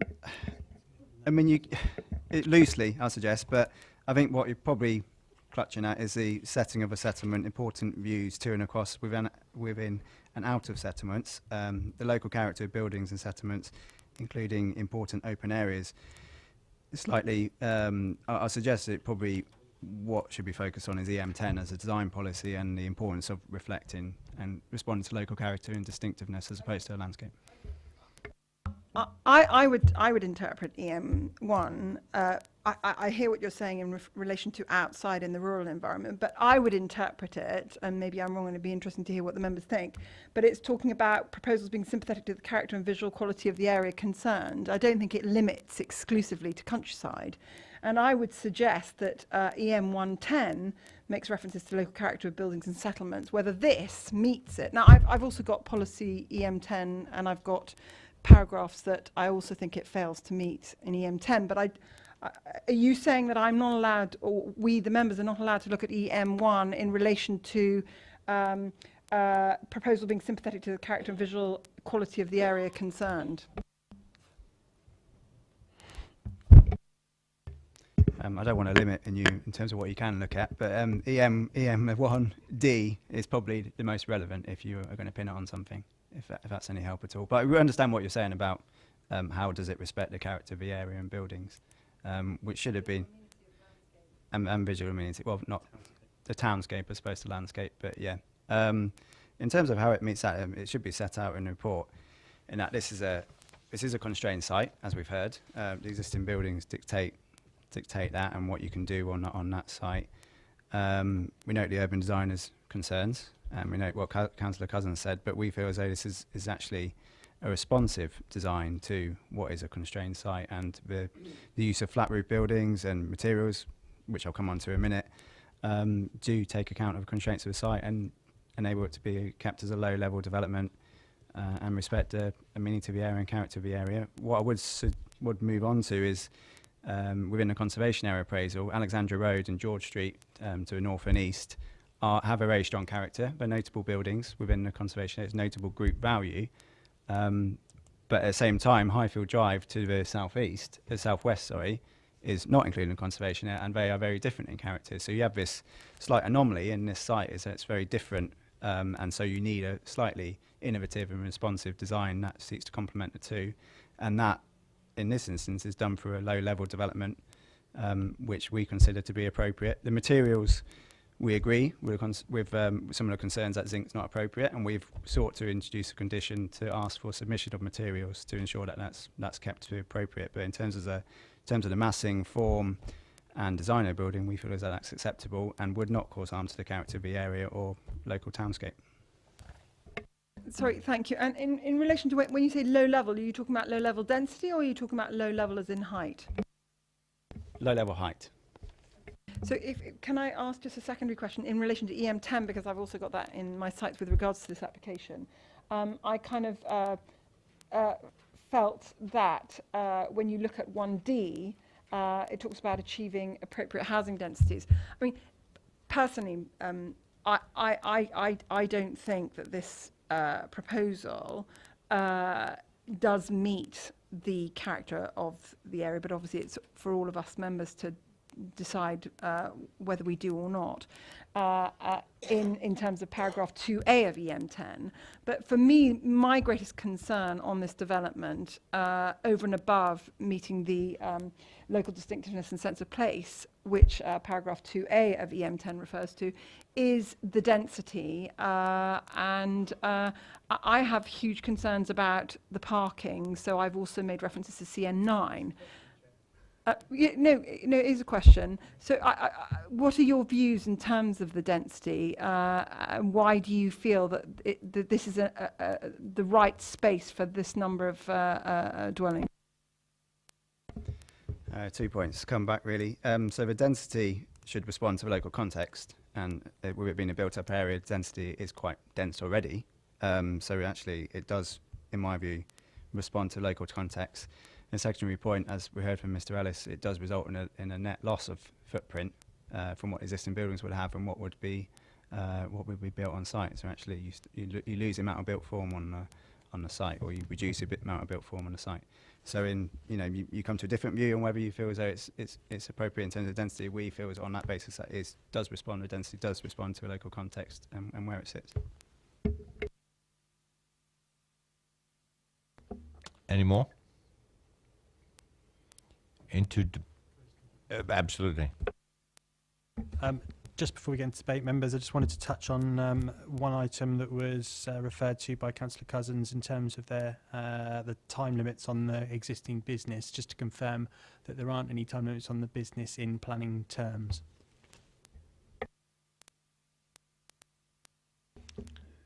Debate?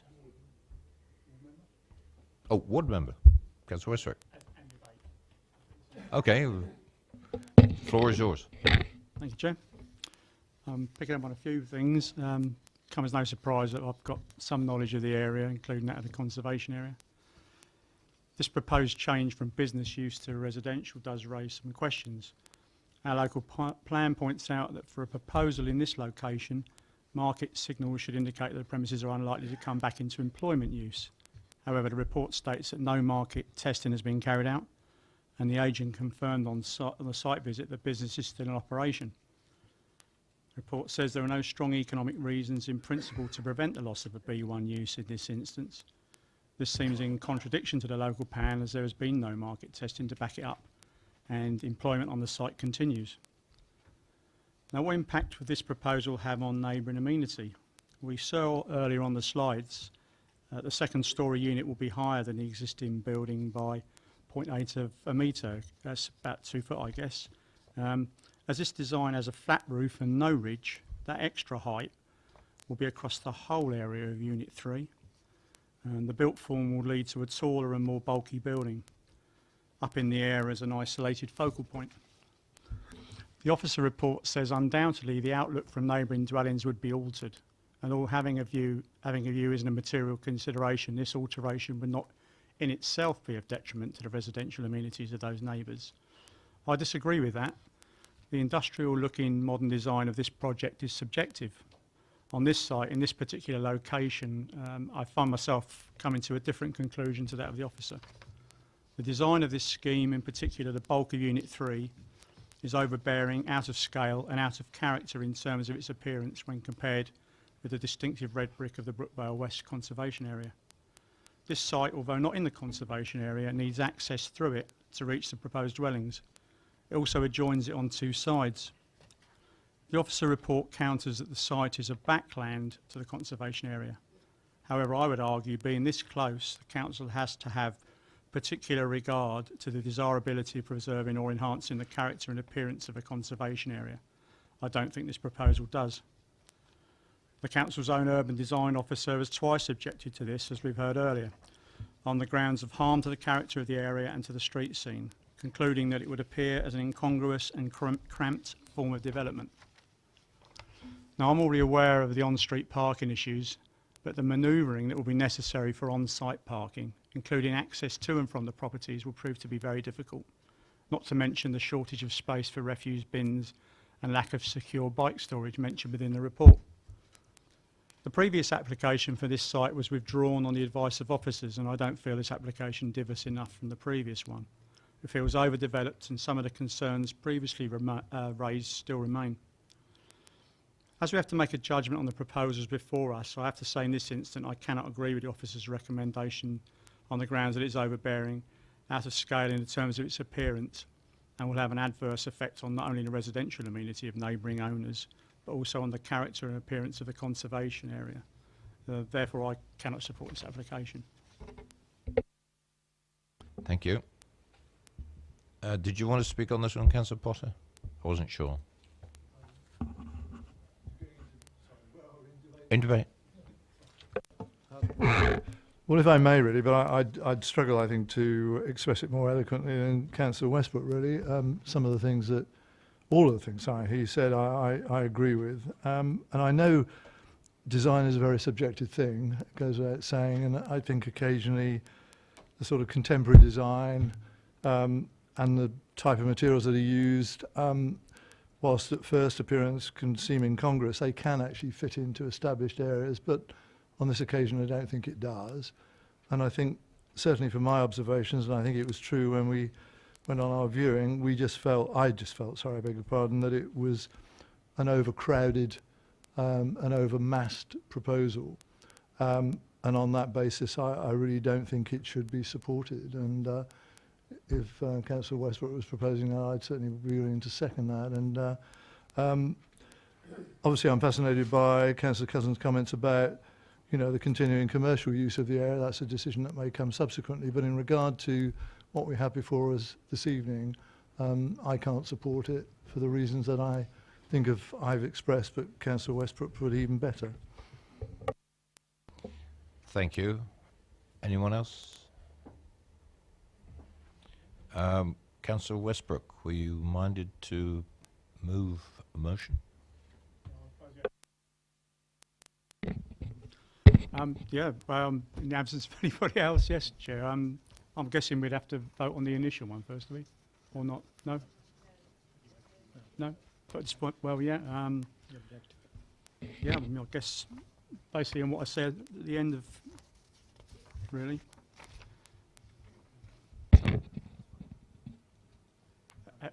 Have you got enough from what I said? Would you want me to?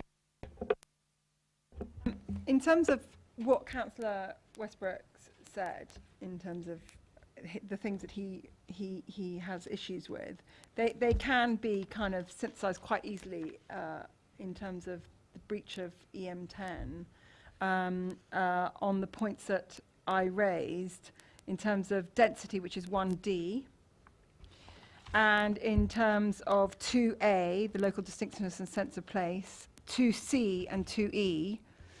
And actually, in regards to overlooking, we now have as an integral part of our local plan that we can have regard to such issues as overlooking. So you could make reference to 2B as well in the motion that Councillor Westbrook is putting forward. Thank you for that. Councillor Westbrook. Yeah, thank you for that. It's much appreciated. Yeah, I mean, I think the thing for me was the overbearing and out of scale in terms of appearance. I think that needs to be noted. You know, in particular, Unit 3. I think, you know, that's, and of course, you know, its character and appearance against the conservation area.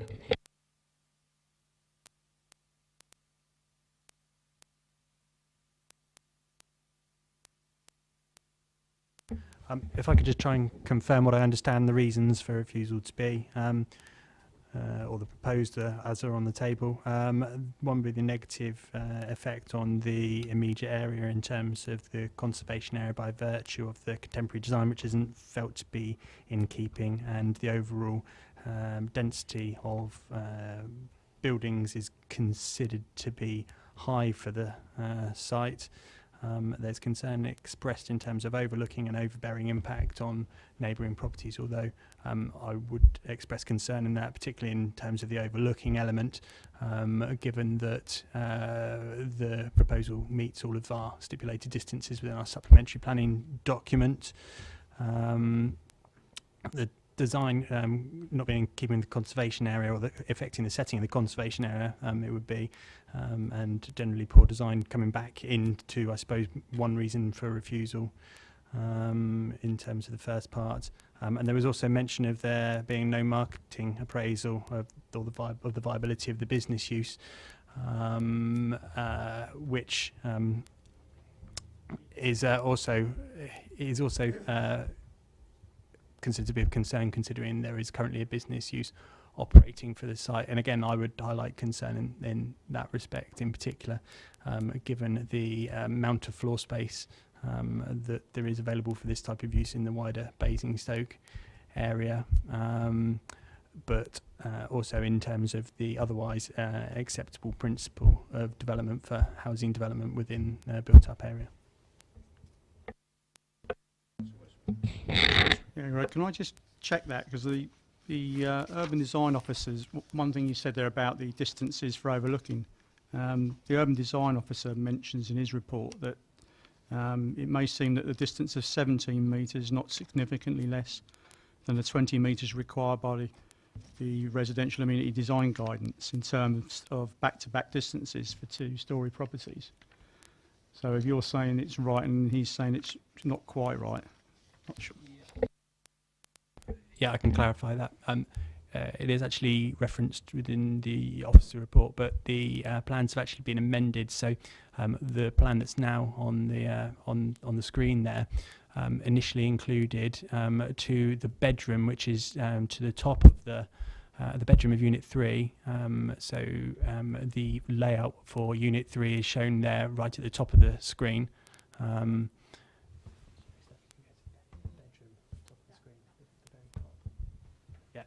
So where the cursor is now, just above that, where the bathroom now is, on the original proposal, had a bedroom window in the northern elevation facing towards the properties to the north there, and that was 17 metres away. That was amended, that officer request, given that the distance was only 17 metres, and now you have a bathroom there with a window that's proposed to be conditioned to be obscure glazed, where it was previously just a bedroom window, and now the bedroom window proposed is on the eastern elevation there, just where the cursor now is, which looks obviously over towards the east and meets the required distances. It's in excess of 20 metres, so that 17 metres has gone away by virtue of the rejigging of that bedroom and bathroom within Unit 3.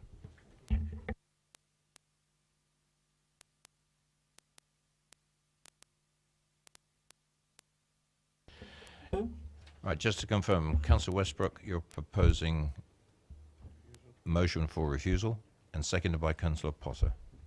Thank you. All those in favour of that motion? Yep. Yes. Thank you. Just to confirm, that application is refused by virtue of the negative effect of the development on the immediate area and the character appearance of the area, including the contemporary design and overdevelopment of the site, and by virtue of overbearing impact to neighbouring properties. By virtue, first reason for refusal, should also include reference to the conservation area and the poor design of the proposal, including materials, and also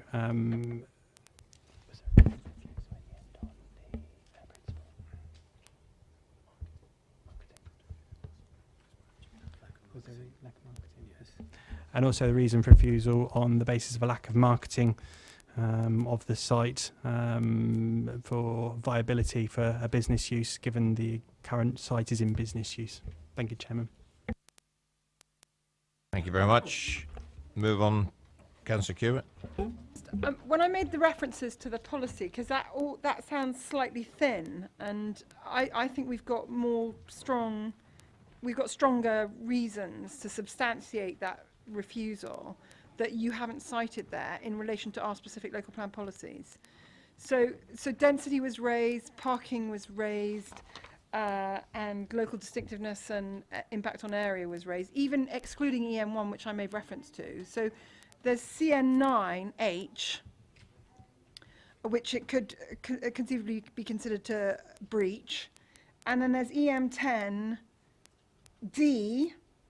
EM102A, EM102C, and EM102E, even without talking about B, that I think you could cite as the reasons for a unanimous rejection of this current proposal.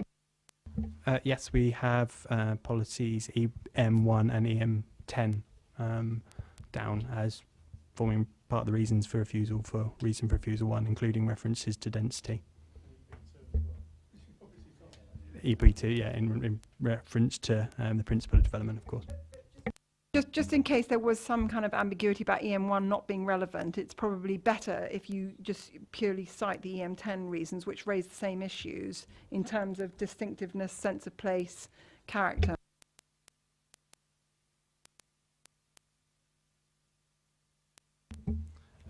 Yes, well, obviously members debated and referenced policy EM10 and EM1 in that discussion and debate. EM1 does refer to the character of buildings, and so that was part of members what they were voting on.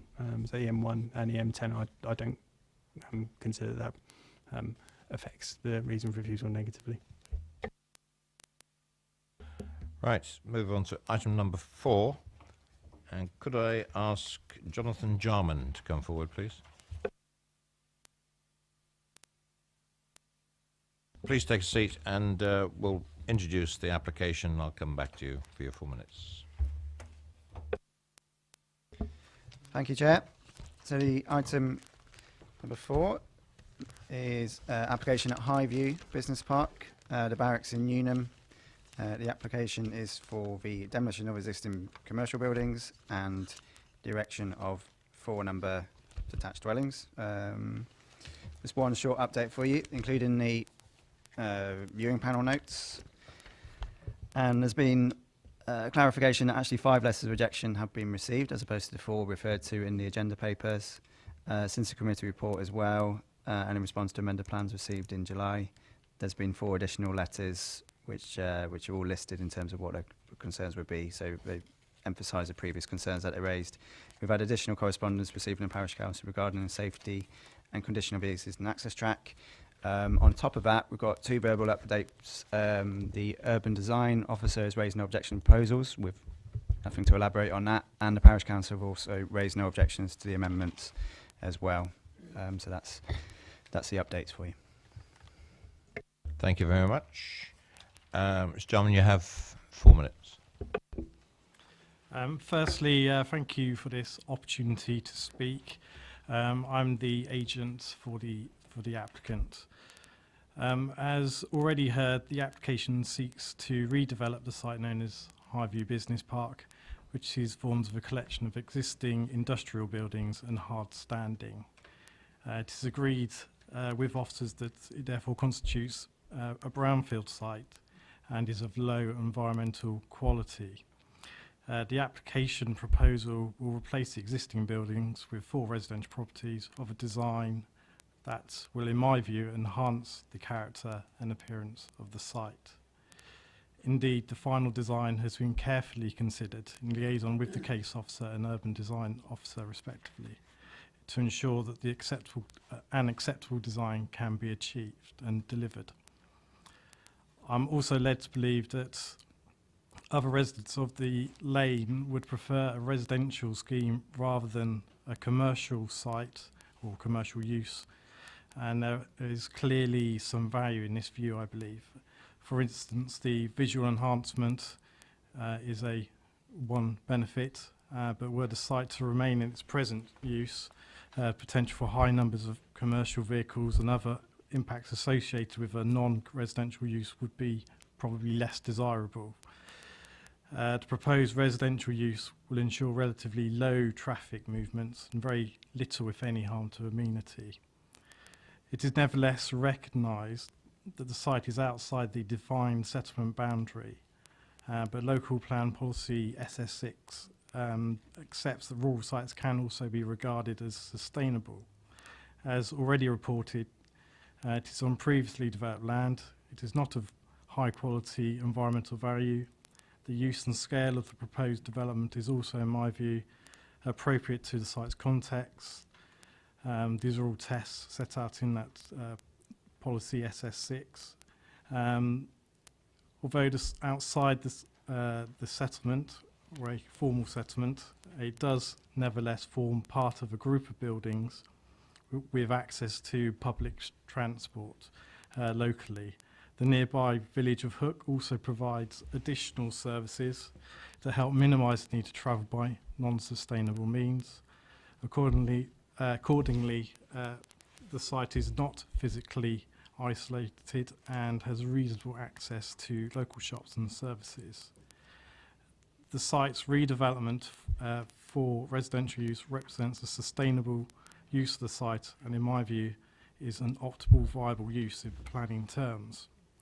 I welcome the officer's recommendation for approval and would respectfully request that the committee approve the application. Thank you. Thank you very much. Questions, Councillor Cubitt? Yeah, just very briefly, on page 179 of our papers, there's a reference to Newnham Footpath 4. It appears that the plan proposes vehicular access to the new dwelling along Newnham Footpath number 4. Do you have any further information on that issue now? Only the same information that's been supplied to officers, in that my client has taken legal advice in terms of his obligations and is well aware of them. He has already lodged, he's a right of access over the access road with the land registry. It's on the title deeds, but is fully aware of his obligations legally. But my understanding and the legal advice that my client has received is that it shouldn't hold up the a planning permission being granted.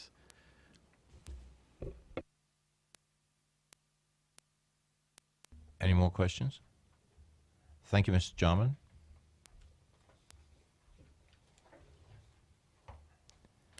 Members, questions to officers?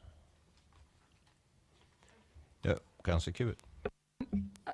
In terms of the access of lorries to the site and the impact on the road by those lorries and the return of the state of that road post-construction, what kind of undertakings can we ask the applicant to adhere to in order to ensure that the road is returned to the state it's in now post-construction?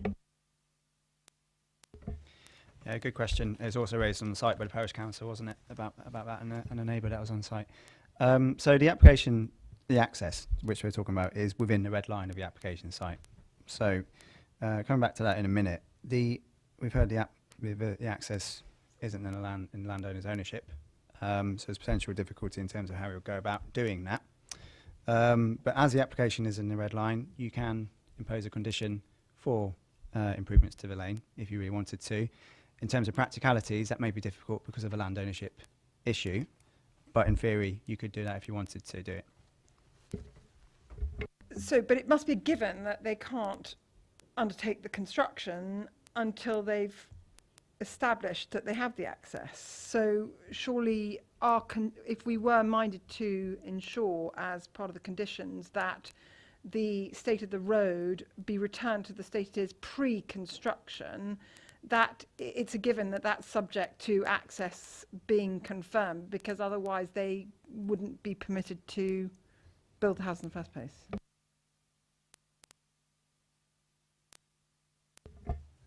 Yeah, you're right. They obviously have to build the houses. They'll have to establish that access routes.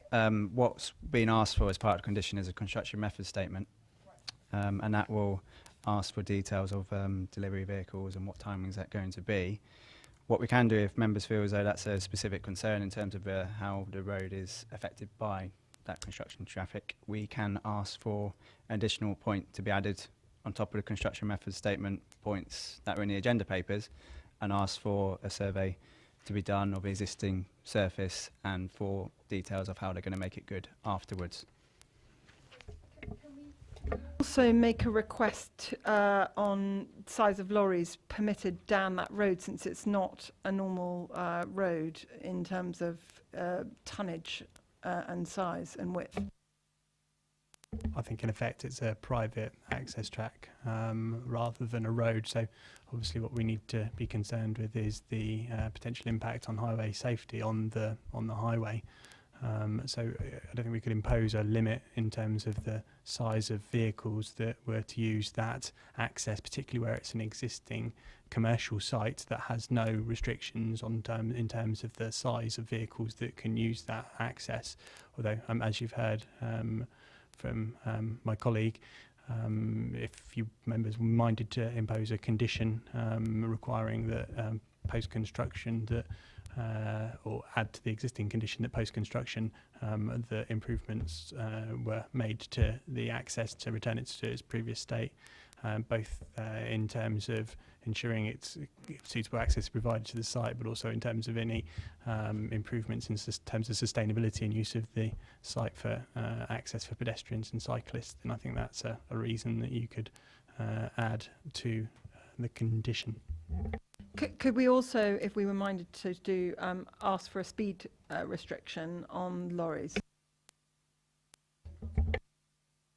But it's the private access rather than part of the public highway, first and foremost. And secondly, I don't think that such a condition would be enforceable in planning terms.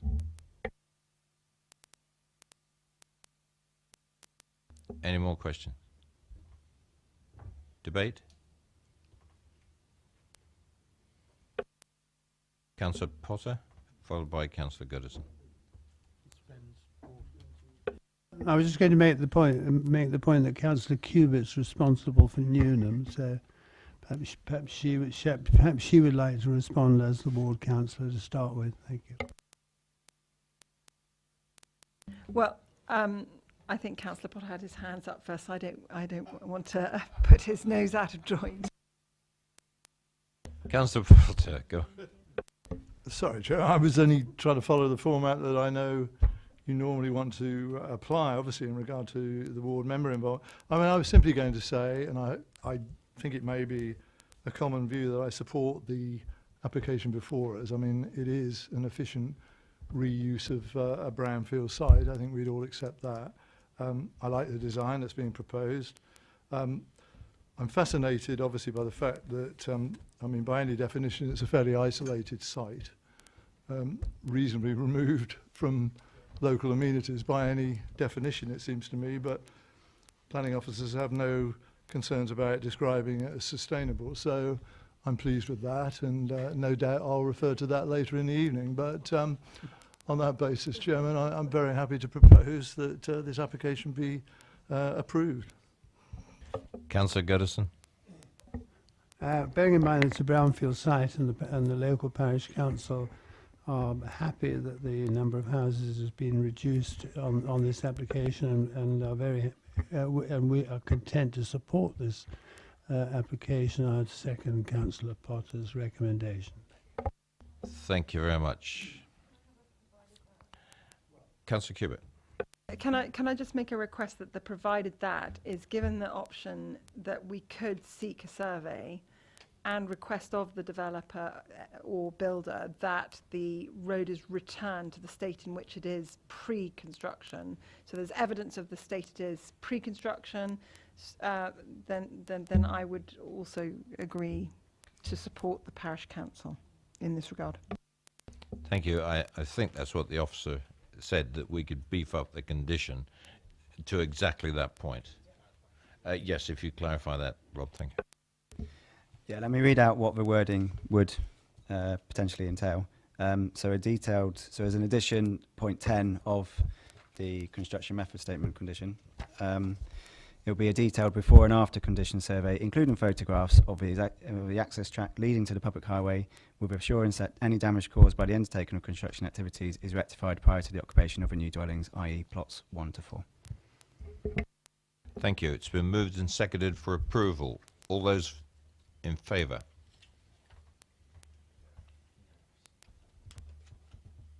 Okay. Thank you. So the application is approved in line with officer recommendation, subject to the expansion of condition 6 for an additional point incorporating the condition before and after condition survey. Thank you very much. I'm going to press on. Item 5, West is Ashley, West Heath Road, West Heath. And we have Brian Watson, if you could come forward, please.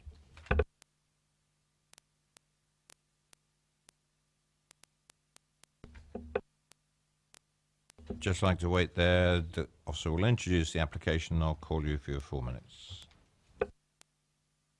Thank you, Chair. So the application is Ashley Westheath Road, Westheath. The proposal is for erection of a dwelling and associated parking. Just a short update from summarisation of the viewing panel. The application is recommended for refusal on page 184 with the reasons on the agenda papers there. Thank you. And Mr. Watson, you have 4 minutes. I'll give you a tip-off at 1 minute to go. Thank you. Good evening, everybody, and thank you for this opportunity to speak. My name is Brian Watson. I'm a Westheath resident this past 29 years, and I'm co-owner of Ashley in Westheath. The one and only issue blocking approval is the interpretation of isolation as defined in the local planning guidelines. There were no other issues or objections raised, and the application is fully supported by our neighbours and the parish council. Westheath contains 62 individual dwellings and is home to 158 people, according to the 2011 census. I would argue that this is a settlement in its own right and not isolated. We enjoy village life with annual fetes, a cricket club, tennis and recreational facilities and a public house. The planning recommendation states, and I quote this verbatim, the application site is located more than 1 kilometre from a settlement that contains a church, public house or village hall. This statement is incorrect, as Westheath directly adjoins Ramsdale Village and Charter Alley settlements, with which we share all of these amenities and all lie within a 1 kilometre range. Note that the entire village of Westheath, including the property at Ashley, is supplied by mains electricity and gas, mains water and sewerage, and is also connected to the BT broadband network. This, I believe, demonstrates that the village is not isolated, further supported by Westheath and Ramsdale being jointly subject to a village road speed restriction of 30 miles per hour and traffic calming. The planning guidelines state that the location is, and I again quote this, isolated if not well served by public transport, e.g. within 500 metres of a bus stop or train station, or well serviced by services and facilities, e.g. 1 kilometre from a church, village hall or public house. Here are some facts. Ashley is 30 metres away from the bus stop at the junction of Old Vine Lane. It is 100 metres away from a second coach stop, which is used by the daily bus from Clare School, taking the children backwards and forwards. There are 2 further bus stops, one in Hollybush Farm, which is 600 metres away, and one in Monk Sherborne, 890 metres away. There is a public house called the White Hart Inn at Charter Alley, which is 807 metres from the house. Recreational facilities, including a village hall, church, as shared with Ramsdale, Charter Alley and Westheath. The cricket ground, tennis courts and recreation facilities are 640 metres away. Christ Church in Ramsdale, the main church, is 874 metres, and Ramsdale Village Hall is 942 metres. In addition, and within the 1 kilometre boundary, there are business parks at Witch Lane and Brick Kiln, and other local amenities including a children's creche, hair and beauty salon, car maintenance garage, osteopath, dog grooming parlour, dog therapy centre, and 3 equestrian businesses at Moy-Glare, Pitlands and Rawlins Farm. The Clare School services the village with its coach, and in addition, the Priory Primary School is 1.7 kilometres from Ashley, and Westheath falls into the catchment area for the Priory School. The site meets the criteria as laid out in the planning guidelines, namely that there are 2 designated bus stops within 500 metres, and also a public house, a church and a village hall with leisure amenities within the stipulated distance of 1 kilometre. 1 minute. This means that by the Council's own interpretation of the planning guidelines, this site must be compliant and as such does not fit the criteria to be deemed isolated. And on this basis, the application, I believe, should be approved as we meet all of the aforementioned planning criteria and guidelines. Thank you. Thank you very much. Questions to the applicant? Councillor Hicks. You say you have 2 bus stops. Can you tell me where the buses go to? And are they regular buses or? The Old Vine Lane bus stop is a request service which runs daily. I must be honest, I don't use the bus. I either drive or cycle. But I believe that there is a bus route which takes the bus round as far as Tadley, and I think there is also a bus route to Basingstoke. But I must be honest, I don't know for sure. The coach service is from Clare School, and that runs daily during term time. Any more questions? Thank you very much. Councillor Robertson. T.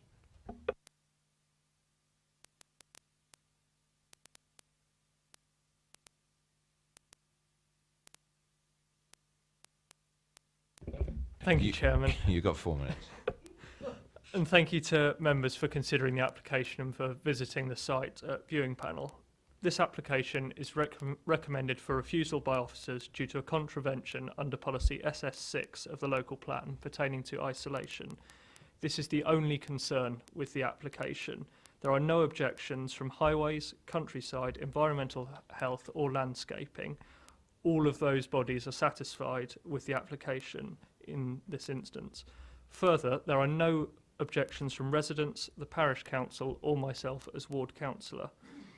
In my view, the proposed development is within the settled area of West Heath and would not extend ribbon development towards either the settlements of Ramsdale or Borkhurst. As the applicant has already said, according to the guidance, a site is deemed isolated if it is more than 500 metres from facilities such as a bus stop or 1 kilometre from a post office, shop or school. In the case of this application, the property is not isolated, as there are public tennis courts, cricket club, children's nursery, village salon and garage, all within 1 mile of the site. A similar case at an adjacent property, indeed actually on the same postcode, was brought forward 2 years ago by the previous ward councillor with the same concerns. The committee then took the view that the site was not isolated and approved the application. The applicant in this case is quite rightly keen to see their case treated in the same manner, so I would ask that members approve the application. Thank you, Councillor. Any questions for Councillor Robinson? T. Thank you. Questions to officers? Debate? Yes, sorry, the officers would like to say something first. Just to pick up on a point made by Councillor Robinson when he was speaking there, in terms of the previous approval down the road at Longholm, to confirm that that was actually an item that was considered by the committee prior to the adoption of the current local plan that we now have before us, and in terms of our now. We have a defined definition of what is isolated that officers seek to apply. Obviously, it's up for members to interpret that based on the information that they then have before them. Councillor Bound. Just briefly, Chair. I mean, I think we heard enough evidence from the applicant at Ashley that convinced me that we can't define this as being an isolated location in the countryside. Thank you, Councillor Cubitt. I also believe that paragraph 4.77 of page 66 of 185 of our plan, I think successfully supports, if the members were mind to support this application, a policy reason why we support it, being that it's being supported by the parish council. There haven't been any objections, and the sole reason for refusal is that we in the council and the borough deem it to be in isolation, which I think 4.77 counters sufficiently over and above the belief by members that this is not an isolated dwelling.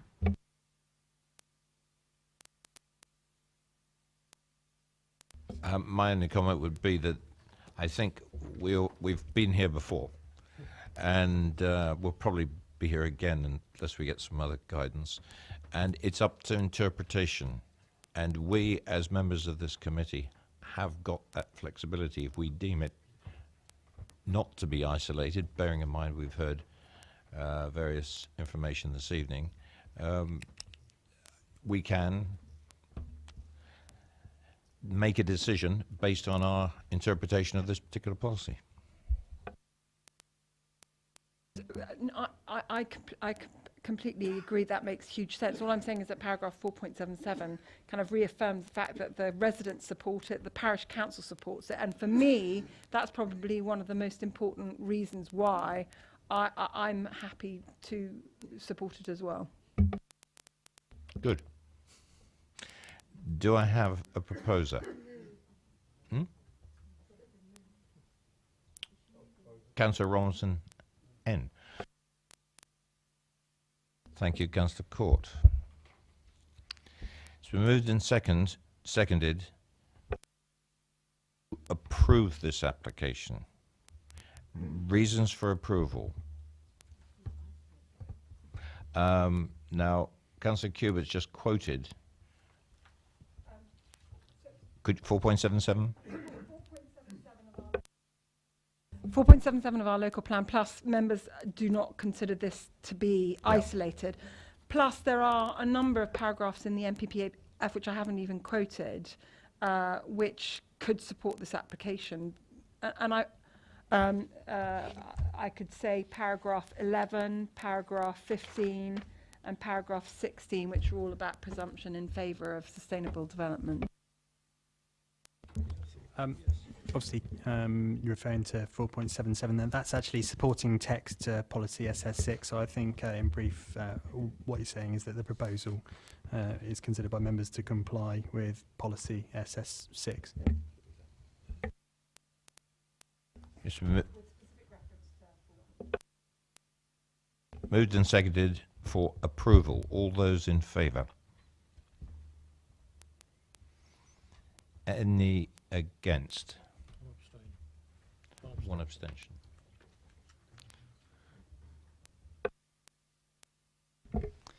Yeah, so the application is recommended for approval. Just in case you were going to overturn it, I've got some conditions here.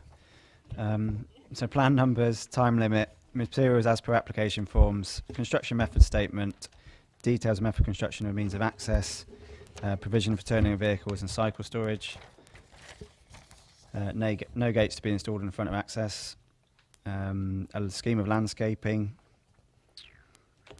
no additional openings on the northeastern or southwestern elevations at first floor level, and no work relating to construction and development between certain hours dictated on the condition, which I won't run over.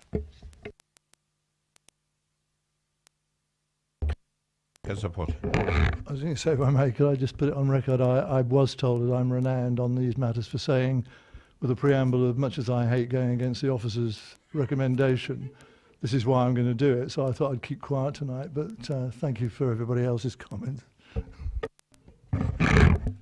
Thank you. Appreciate it. And yes, I've sat opposite you enough times to have heard that as well.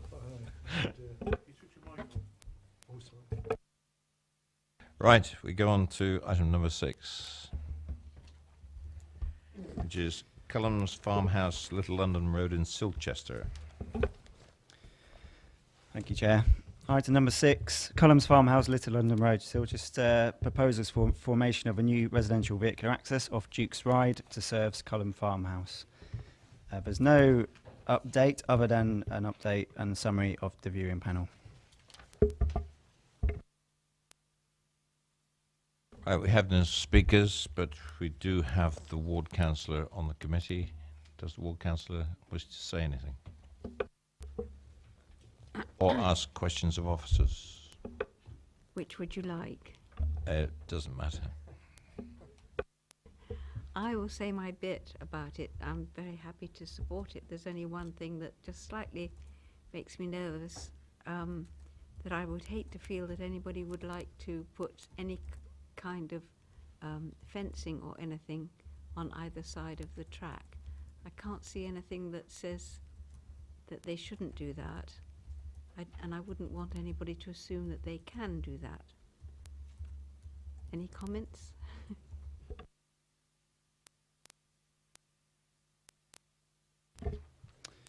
Yeah, so no fencing is proposed, first of all, on the proposal from the access track.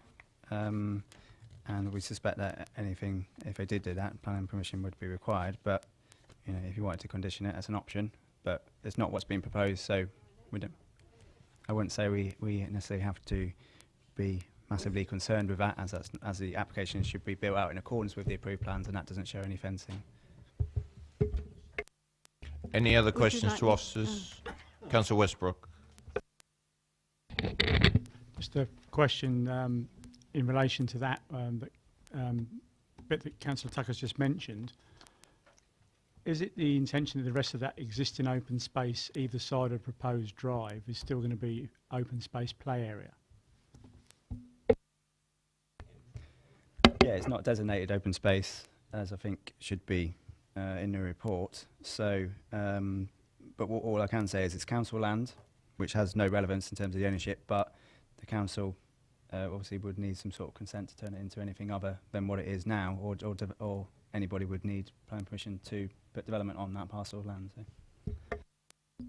Yeah, I suppose what I was getting at really, there was a mention about children playing on that area, and Councillor Tucker said she didn't want any fencing there, and I'm thinking maybe it'd be a good idea if you'd have some fencing there. So I'm not contradicting Councillor Tucker, but I think it was raised at, on the viewing that there was a mention there could be fencing, but for that reason, because obviously if it's a driveway coming off the road and children do play across there, there's no protection. That was all. It's a balance between what it will visually look like, I guess, being in a conservation area, and obviously that health and that sort of safety requirement. Or all I can say is that that's not what's been proposed. Fencing is not proposed, and so we have to, I guess, sorry to say, to backtrack really and to say that's not being proposed. So it's a driveway which will be flush with the existing surface.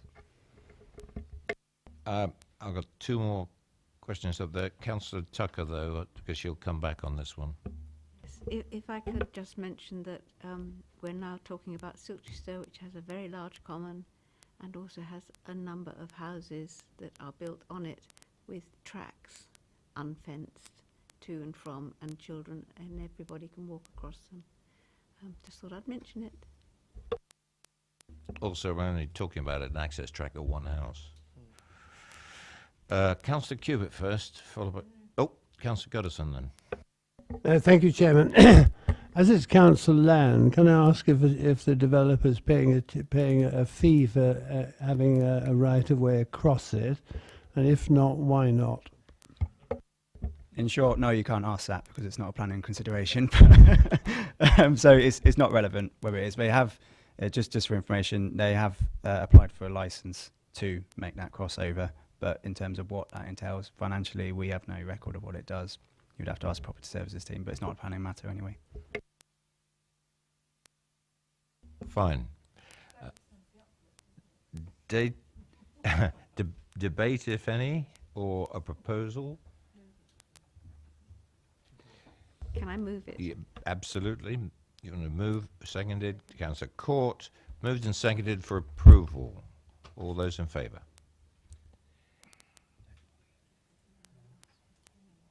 Thank you. Thank you, Chair. The application is recommended for approval in line with the agenda papers 197 and conditions listed on 203.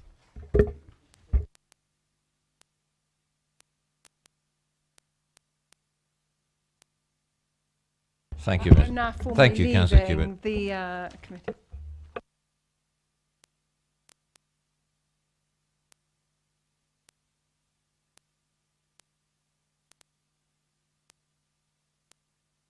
Off you go.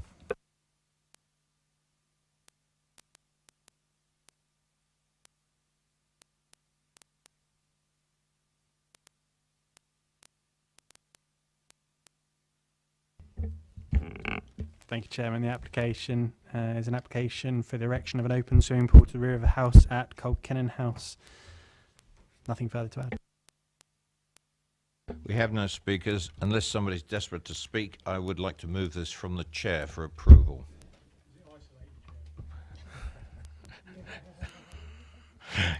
Councillor Court. I'm happy to second that. Been moved and seconded for approval. All those in favour?